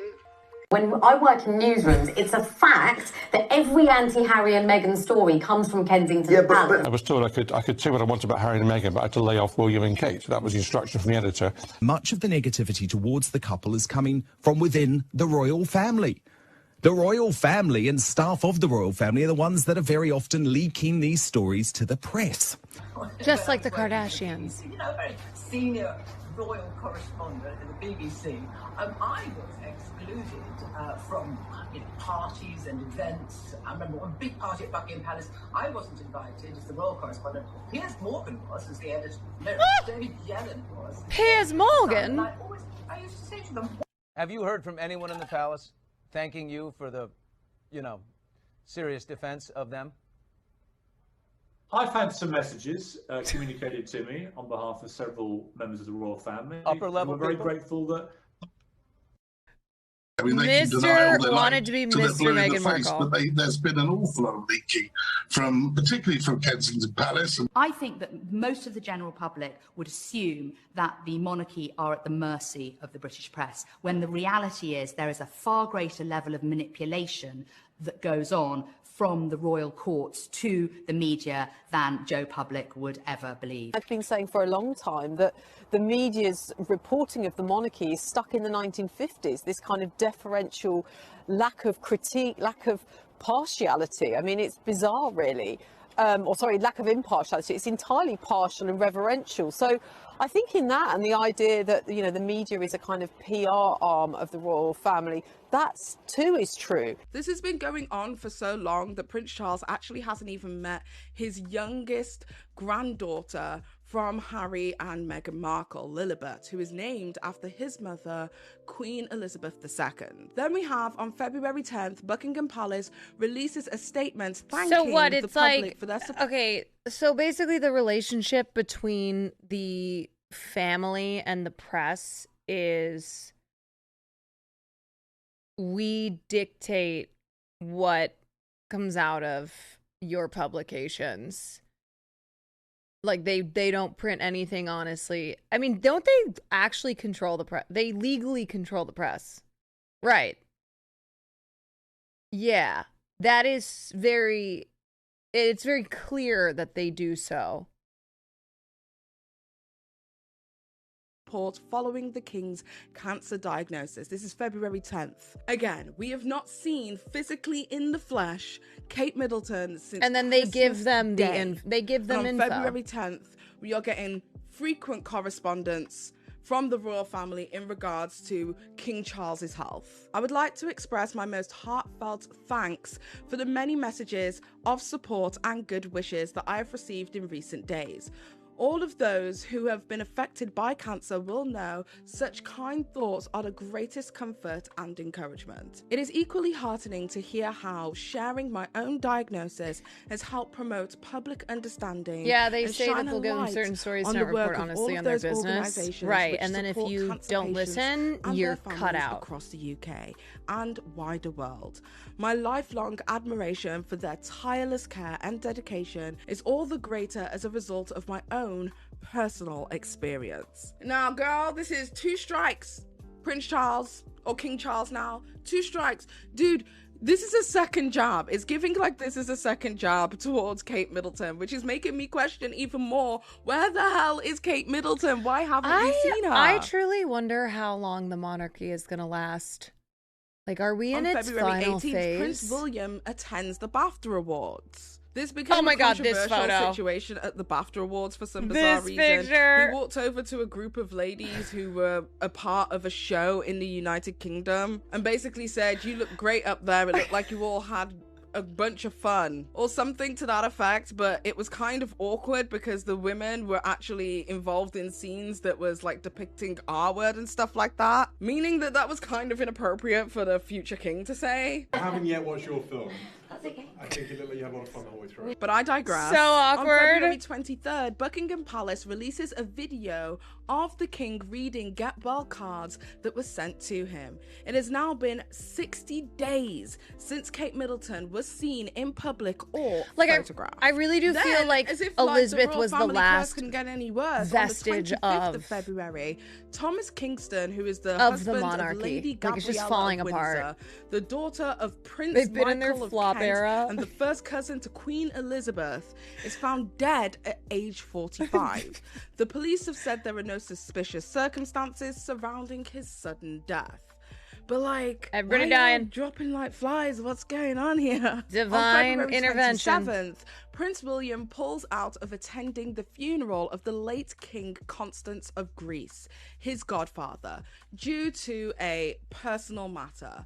William was scheduled on order of service to do a reading. So he's like literally missing his godfather's funeral for some bizarre reason, and people are questioning why and what are the personal reasons. However, a royal source who broke the news also said that Kate Middleton continues to be doing well despite her not being seen or photographed in 64 days at this point. So at this point, Kate Middleton's absence has become glaringly obvious. It is literally all anybody in the UK is currently talking about. We have King Charles, who is currently out of commission besides, official that bitch is paperwork dying. duties. William, who is now not attending engagements due to, personal reasons. This has meant that many of the duties that the royal family have to do day in and day out have now fallen onto other members of the royal family.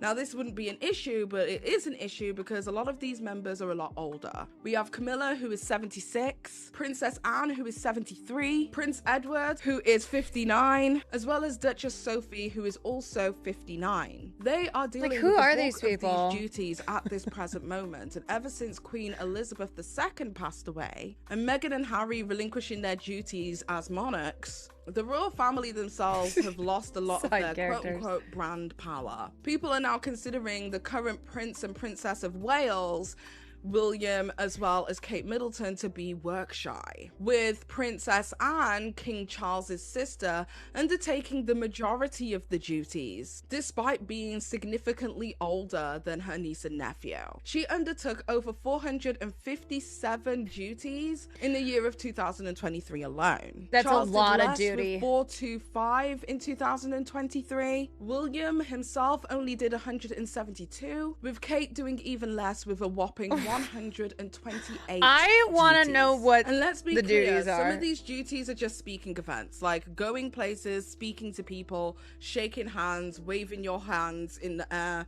I am the royal family, and then going back, girl. You might have to read out some pre-prepared scripts about. Okay, I'd like to amend the Twitch streaming is the hardest job.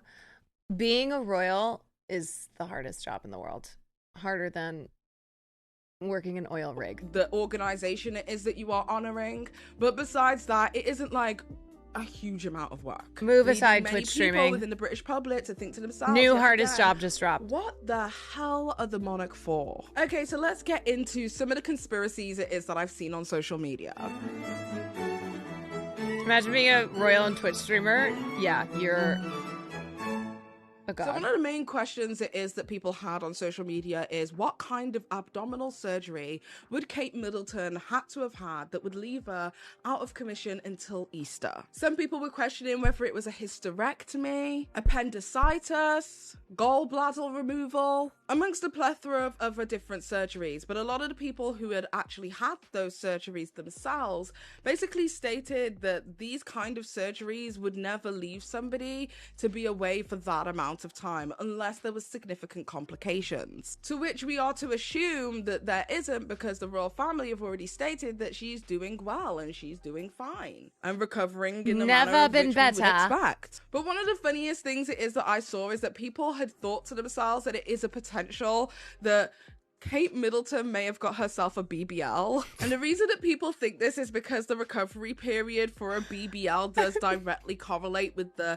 3-month period that she is expected to be out of commission. So then people just decided to start AI generating and photoshopping photographs of Kate Middleton with a massive ass. And whilst that is the funniest conspiracy, I honestly don't think that there is any truth to that whatsoever. But girl, I could be wrong.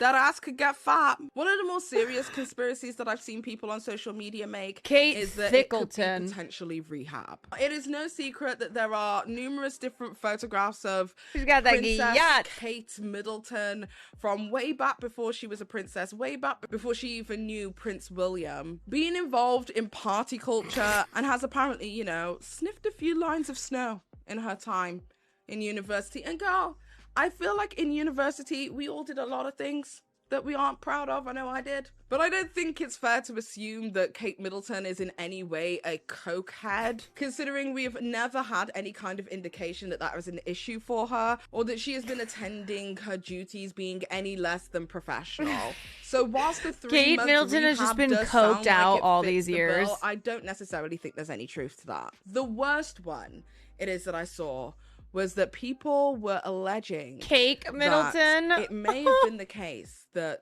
and this is a horrible allegation, not based in fact, this is what the streets are saying, girl, that Prince Cake Middleton or William Coke may have Middleton? laid some hands on Princess Kate Middleton. Now, there are a few articles from a while back that are basically stating that Prince William may have a drinking problem and has an anger issue. This one article over here says, Buckingham scandal, William mistreats Kate verbally and emotionally per insider. Then there's another one that He says, does seem like royal a concerns bastard. over Prince William's alleged battle with the booze. And I mean, these are only 2 articles, but I can see like there have been numerous different articles He that have really been alleging aged this like kind milk. of behavior per insiders of Buckingham Palace, Kensington Palace, the royal family in general. Now, I don't know whether there is any truth to this, but it would make sense as to the secrecy, the secretive nature of why they aren't talking about why she's gone into hospital or what it is that she may have possibly needed treatment for. It does fit with the recovery period of somebody who has been he drunk with the severely swing? harmed in their body. I don't know. like to assume this kind of behavior from somebody that I literally don't know. whilst I have never really vibed with Prince William in the same way that I have, like, you know, in the past for Prince Harry, I truly don't know enough about him as a person to be able to say these allegations sound like they could be based there on stories about truth. him throwing hands But with I do Harry? think that Yes, there is according to nothing wrong with Harry being in his memoir. hyper-vigilant. So I think it is important to, you know, even if you don't think it, store it in the back of your mind. Maybe something will happen that will trigger that thought to come back up and you'll go, wait a minute. Hey, you, no.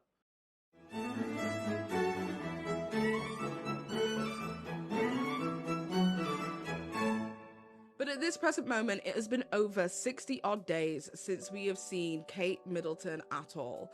I do think it is worrying and concerning the fact that she hasn't been seen since Christmas She's a great Day. commentary And the lack YouTuber. of She's transparency amazing. This is a great surrounding her video. health is making everybody extremely worried. But my thoughts on the situation, I think something's going on. I think something deeply worrying is going on, and I hope it doesn't result in the end of life of any individual. After the whole situation that took place with Diana, which is the whole reason that Harry and Meghan decided to abdicate their duties in the royal family and decide to move away to have a better life, is because Harry has stated that he feared that the same might happen to Meghan that happened to his mother. And I don't think it can be understated how insane it is that Harry said, I'm afraid that what happened to my mother will happen to my wife. Like, the royal family be killing people. Some conspiracies surrounding Princess Diana's death. And whether true or not, that is extremely concerning, especially for any future queen consorts to make their way up to that level. Remember the history. Do not forget what they did to Diana. When Diana was breaking and, you know, in serious mental distress, but she wasn't mad because they were treating her so badly. And actually, just last week, one of Jeffson, I think, said that they leaked all this information about Diana. I remember Nicholas Soames saying on Newsnight, you know, she's crazy, because she did not let Charles own the narrative, because she wanted to tell her side of the story. And they leaked that she was mad, and they destroyed this woman's mental health. They tried. And they did the same, I think. A woman who came from a very different world, and I remember writing 3,000 words, the cover story in Times US, Time Magazine US, and at the end I said, she doesn't know the country she's entering, she doesn't know the family she's entering. The only way this was 5 months before they got married. The royals be the fucking only way evil. they will survive is if they leave. She had no idea about the backstory in this family. And you talk to me about racism over and over again. Charles says to a woman I know, a journalist I know from Manchester, he says, where are you from? She says, Manchester.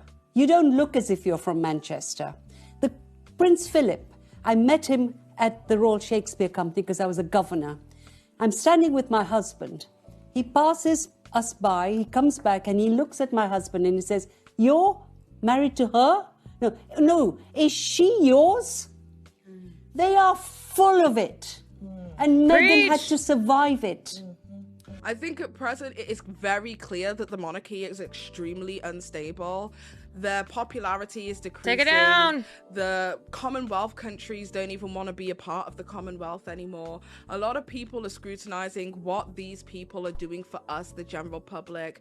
People have even started questioning, you know, the inheritance it is that Prince Charles, who became King Charles, ended up getting after his mother passed away. Yeah, what the fuck? Charles, who became King Charles, ended up getting after King Charles will not pay tax on the fortune he has inherited from the late Queen, although he has volunteered to follow his mother's lead in paying income tax. Okay, so first of all, why doesn't he have to pay tax? Second of all, I guess him volunteering to pay income tax is better than not. But, like, that's not even his money. That's what's crazy. It's not even, like, his money that he's paying in the income tax that he's volunteered to pay.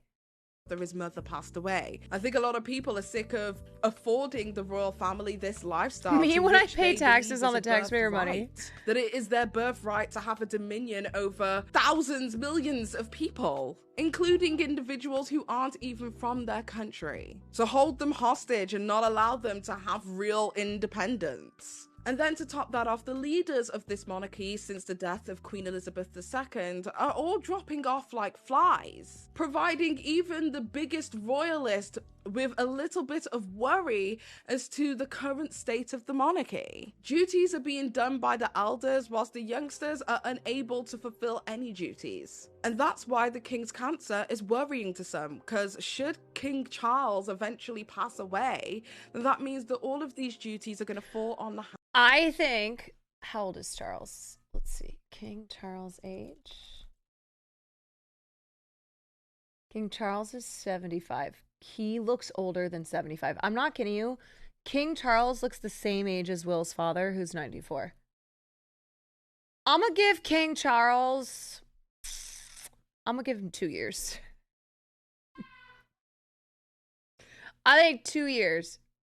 Hands of his son. And realistically, do we think his son's ready to rule the country? I mean, press X to doubt. But I think the main reason that this has become a huge issue, and this is my personal thoughts, is that Meghan and Harry are no longer the buffer. Because Meghan and Harry have abdicated their duties and moved over to California to live the life it is that they want to live, the constant scrutiny by the British press, the pitting of Meghan against Kate Middleton in the wars of who is the better one, the countless stories underpinned with covert racism as they try and diminish any good attributes of King Meghan Charles or Markle Biden, and therefore Prince Harry Biden for lives supporting her. All of that is seemingly gone. People can only be mad at Meg and Harry from afar. There are many people, including journalists, who believe that this was the best that they could have done given their situation. Wait, there's a Twitter prediction How made a would few you years ago that Charles characterise wouldn't make the it past threats 2026.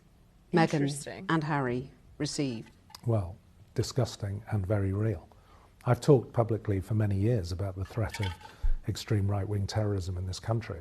I've often been misquoted as taking my eye off the ball, as though I think that that was the biggest threat. I've never called it the biggest threat, but it was the fastest growing.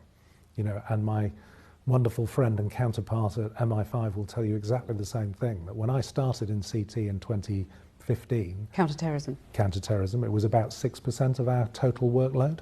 Certainly when I left 15, 16 months ago, it was over 20% of our workload. But there were many serious, credible threats against Meghan, were there, emanating from the far right in this country? Absolutely. If you'd seen the stuff that was written and you were receiving it, the kind of rhetoric that's online, if you don't know what I know, you would feel under threat all of the time. So you were convinced that there was a genuine threat to Meghan's life on on more than one occasion, on several occasions?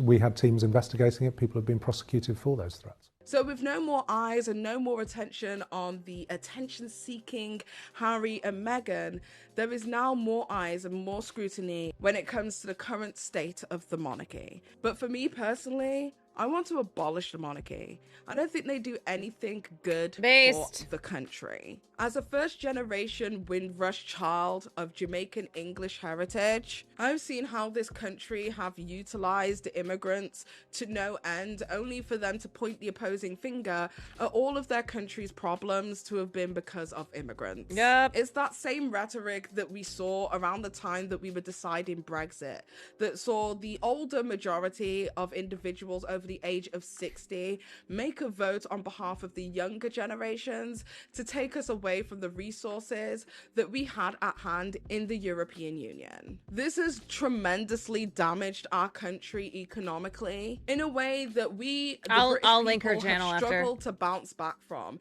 especially with our current currency, the pound, going down in value year by year. Britain is no longer the greatest country in the world because so many British people are choosing to migrate It's never been. That's America. From Britain for better lives elsewhere, meaning that they are choosing to become the immigrants. And all of this down to an institutionalized system. Let me be crystal that clear. Has always and will forever be covertly racist. Because what they fail to see is that Meghan Markle, as a biracial woman of color, represented the immigrants of Britain. She was a representation of what it is to be a person of color in the monarchy. And from my humble perspective, what the royal family did was basically say, you can't sit with us. You're not welcome. I kind of feel like the racism towards Meghan Markle, which people were so shocked by, it's like, yeah, no shit, a black person in the royal family,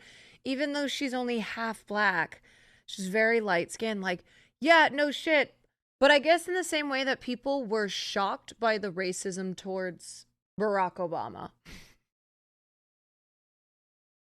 But yeah, and her being American as well. A black American woman. So while she was outlined by her differences, not just as a person of color, but also as an American, they failed to understand that she bled the exact same colors that they do, the exact same colors that we do, the exact same colors that the British immigrants do: red, white, and blue. Hell yeah, brother.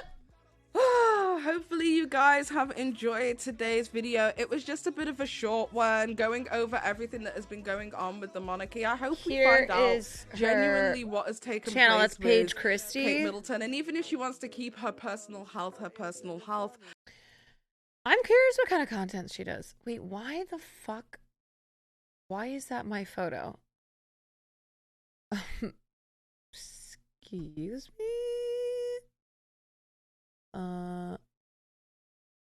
Okay, that was weird. That was strange. Oh my god, leaked secret identity. Let's see what kind of videos she does.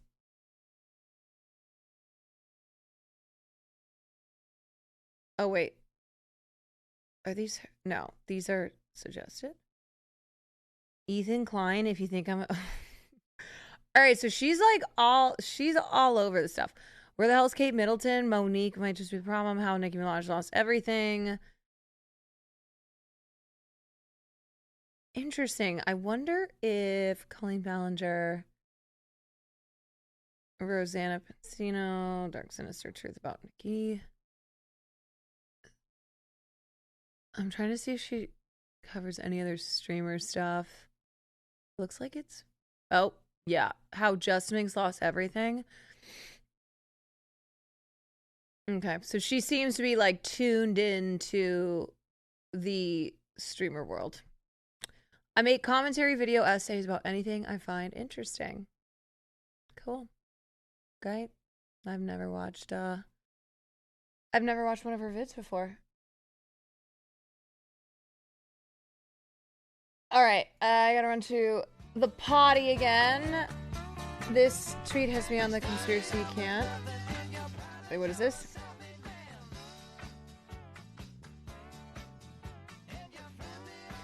Just to put in perspective, those on the left are recent pat pics of Kate Middleton driving a car. That pic on the right is allegedly her sitting in a car today. The difference in image quality is not an accident. Is it that grainy to cover something? Scars or a double? That is weird. Why are the photos so grainy?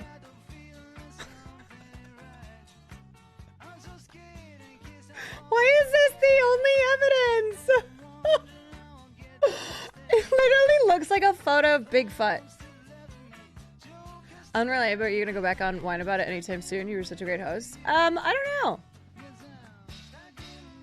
I'll go back. Wait, seriously? This looks like the quality of a Bigfoot picture. Or a UFO. Pictures like this only make the conspiracies worse. I know.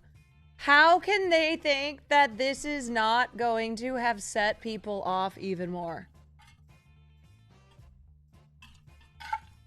Okay, wait, I need some water and bathroom. I'll be right back.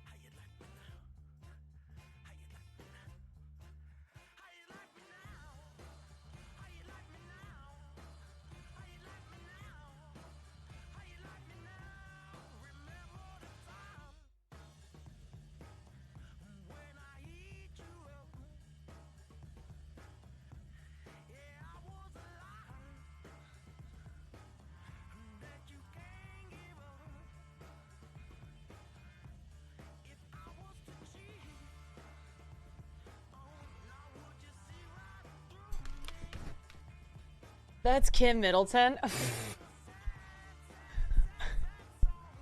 Yeah. Body double. I don't know. I mean, I do think something's going on. Like I said, I don't really give a shit about the royal family.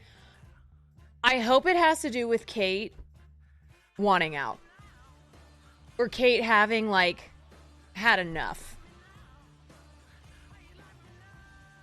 I don't know. Give me the Kate Middleton tell-all. Then I'll tune in. Wait, is it Pippa? Hold on.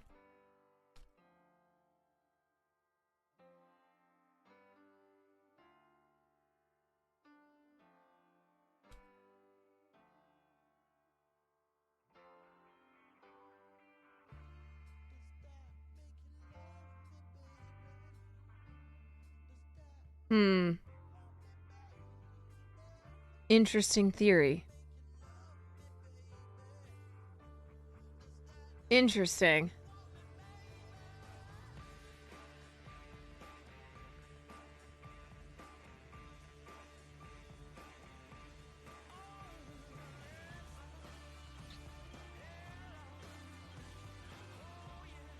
I don't know. They look very similar.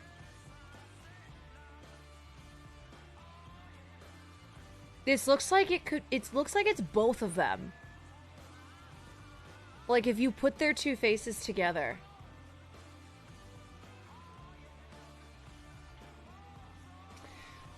What if she had something totally out of left field, like an ectopic pregnancy? I feel though that that would have, I don't know, they would have said something.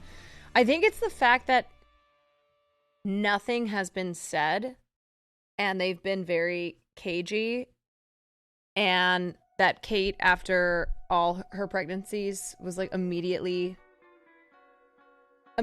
out in the public. Maybe she's had enough of William and his lead cheating. Yeah, I mean, she could just be totally over it, but I feel like that's probably not the case. Yeah, William, the rumors were that William cheated on Kate with Rose. William was accused of cheating on Kate with Rose, 39, who's the Mariachinus of Cholmondeley. These are not real words. And married to David Cholmondeley. Cholmondeley, the 7th Marquess of Cholmondeley. Marchioness. Who is the Marchioness of Cholmondeley. Married to David Cholmondeley, the 7th Marquess of Cholmondeley.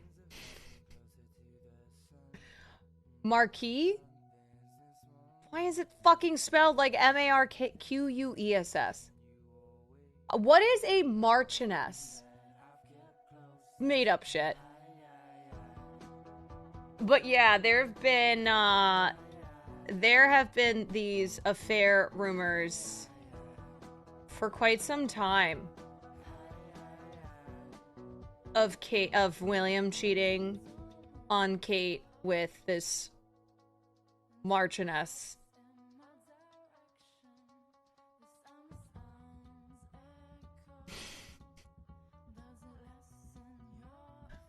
Okay, anyway.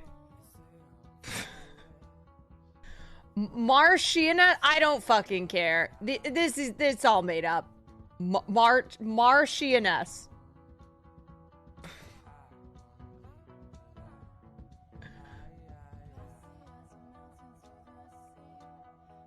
No, Marquis is not spelled like that. It's Marquis is this.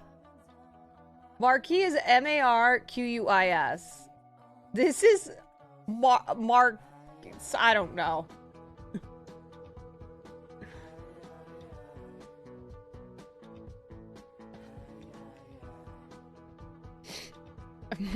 Mark West. Mark West. Marqueef. Just made up fucking titles.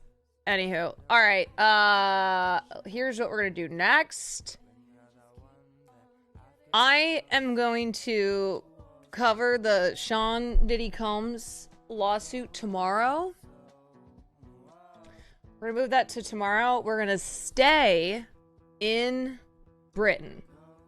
We're gonna stay in Britain. We're gonna watch an episode of Taskmaster.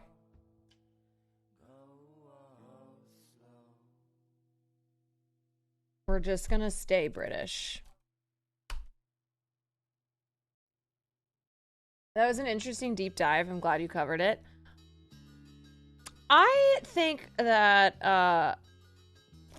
I think what is interesting, because otherwise, as I've stated multiple times, I don't give a shit about the royal family. What's interesting is how they are in their flop era. And Queen Lizzie dying seems to have destabilized the monarchy.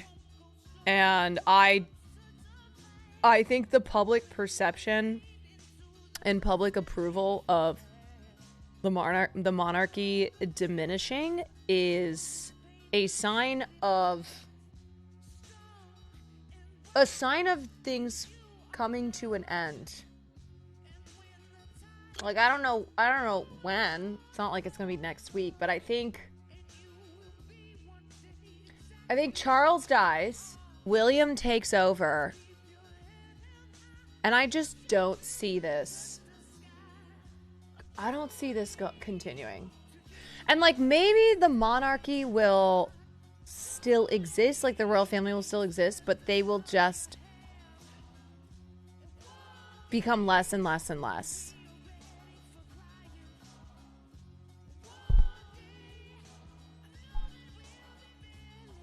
Do you watch The Crown? Nah.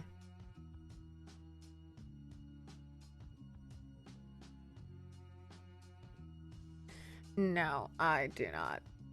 Like, the Netherlands king is just a dude. Right. Yeah. I think the younger generations just don't care about... They just don't care about the monarchy. Like, older ones do. Yeah. Anyway. All right.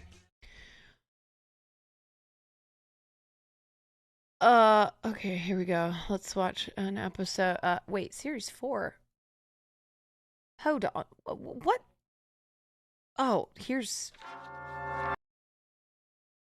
What the hell is going on? Roche has won. Josh has won. Frank won the first one. Who am I missing? Because I think it's in a new winner every episode. How many episodes are in each series? Is it only 5? Josh... Wait. Josh won the last 2? Damn! Okay. Series 1 is shorter than the other. There's only... Oh, there's 6... No, there's only 6 episodes.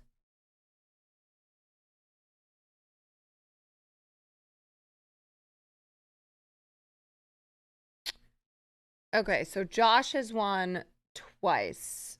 I think season 3 onwards has 10 each. Yeah, that's really short. I thought that they were gonna be... Wait, there's only 5 episodes. Wait, 1, 2, 3, 4... No, there's 6. And then it goes up to 10. Kitchen Nightmares Brage. We're still on a little break. I don't know when Kitchen Nightmares will come back.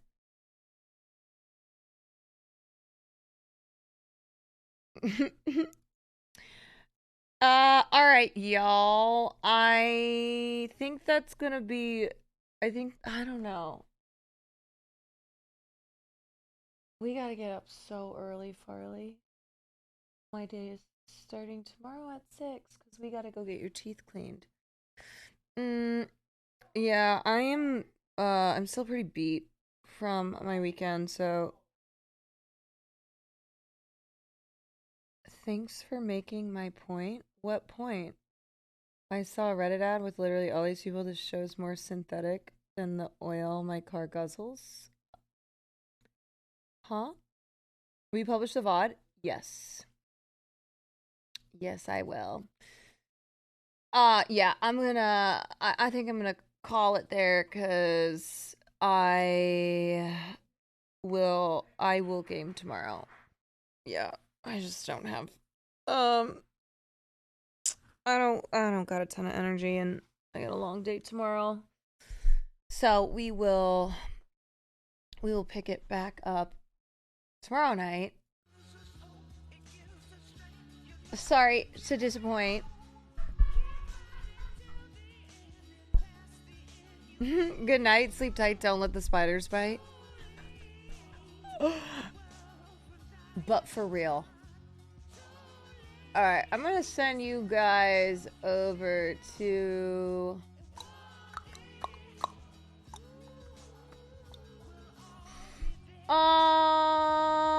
let's see. I'm gonna send you guys over to VO. VO's streaming right now. Send yo asses over there. You never disappoint. Aw, thanks. Thanks. Yeah, so we're gonna cover Diddy tomorrow. Oh, I didn't cover that Yahtzee strike. We'll talk about that tomorrow too. And then we'll do more Oscars coverage tomorrow. We'll probably look at... I don't know. I'll take a look. Alright, y'all. I will see you tomorrow night. And thanks for hanging out with me. And wish me luck with the little fart. Wish me luck getting his teeth cleaned. Yeah. Yeah, you're gonna be so pissed. Oofta. Alright, y'all. I'll see you guys tomorrow. Good night.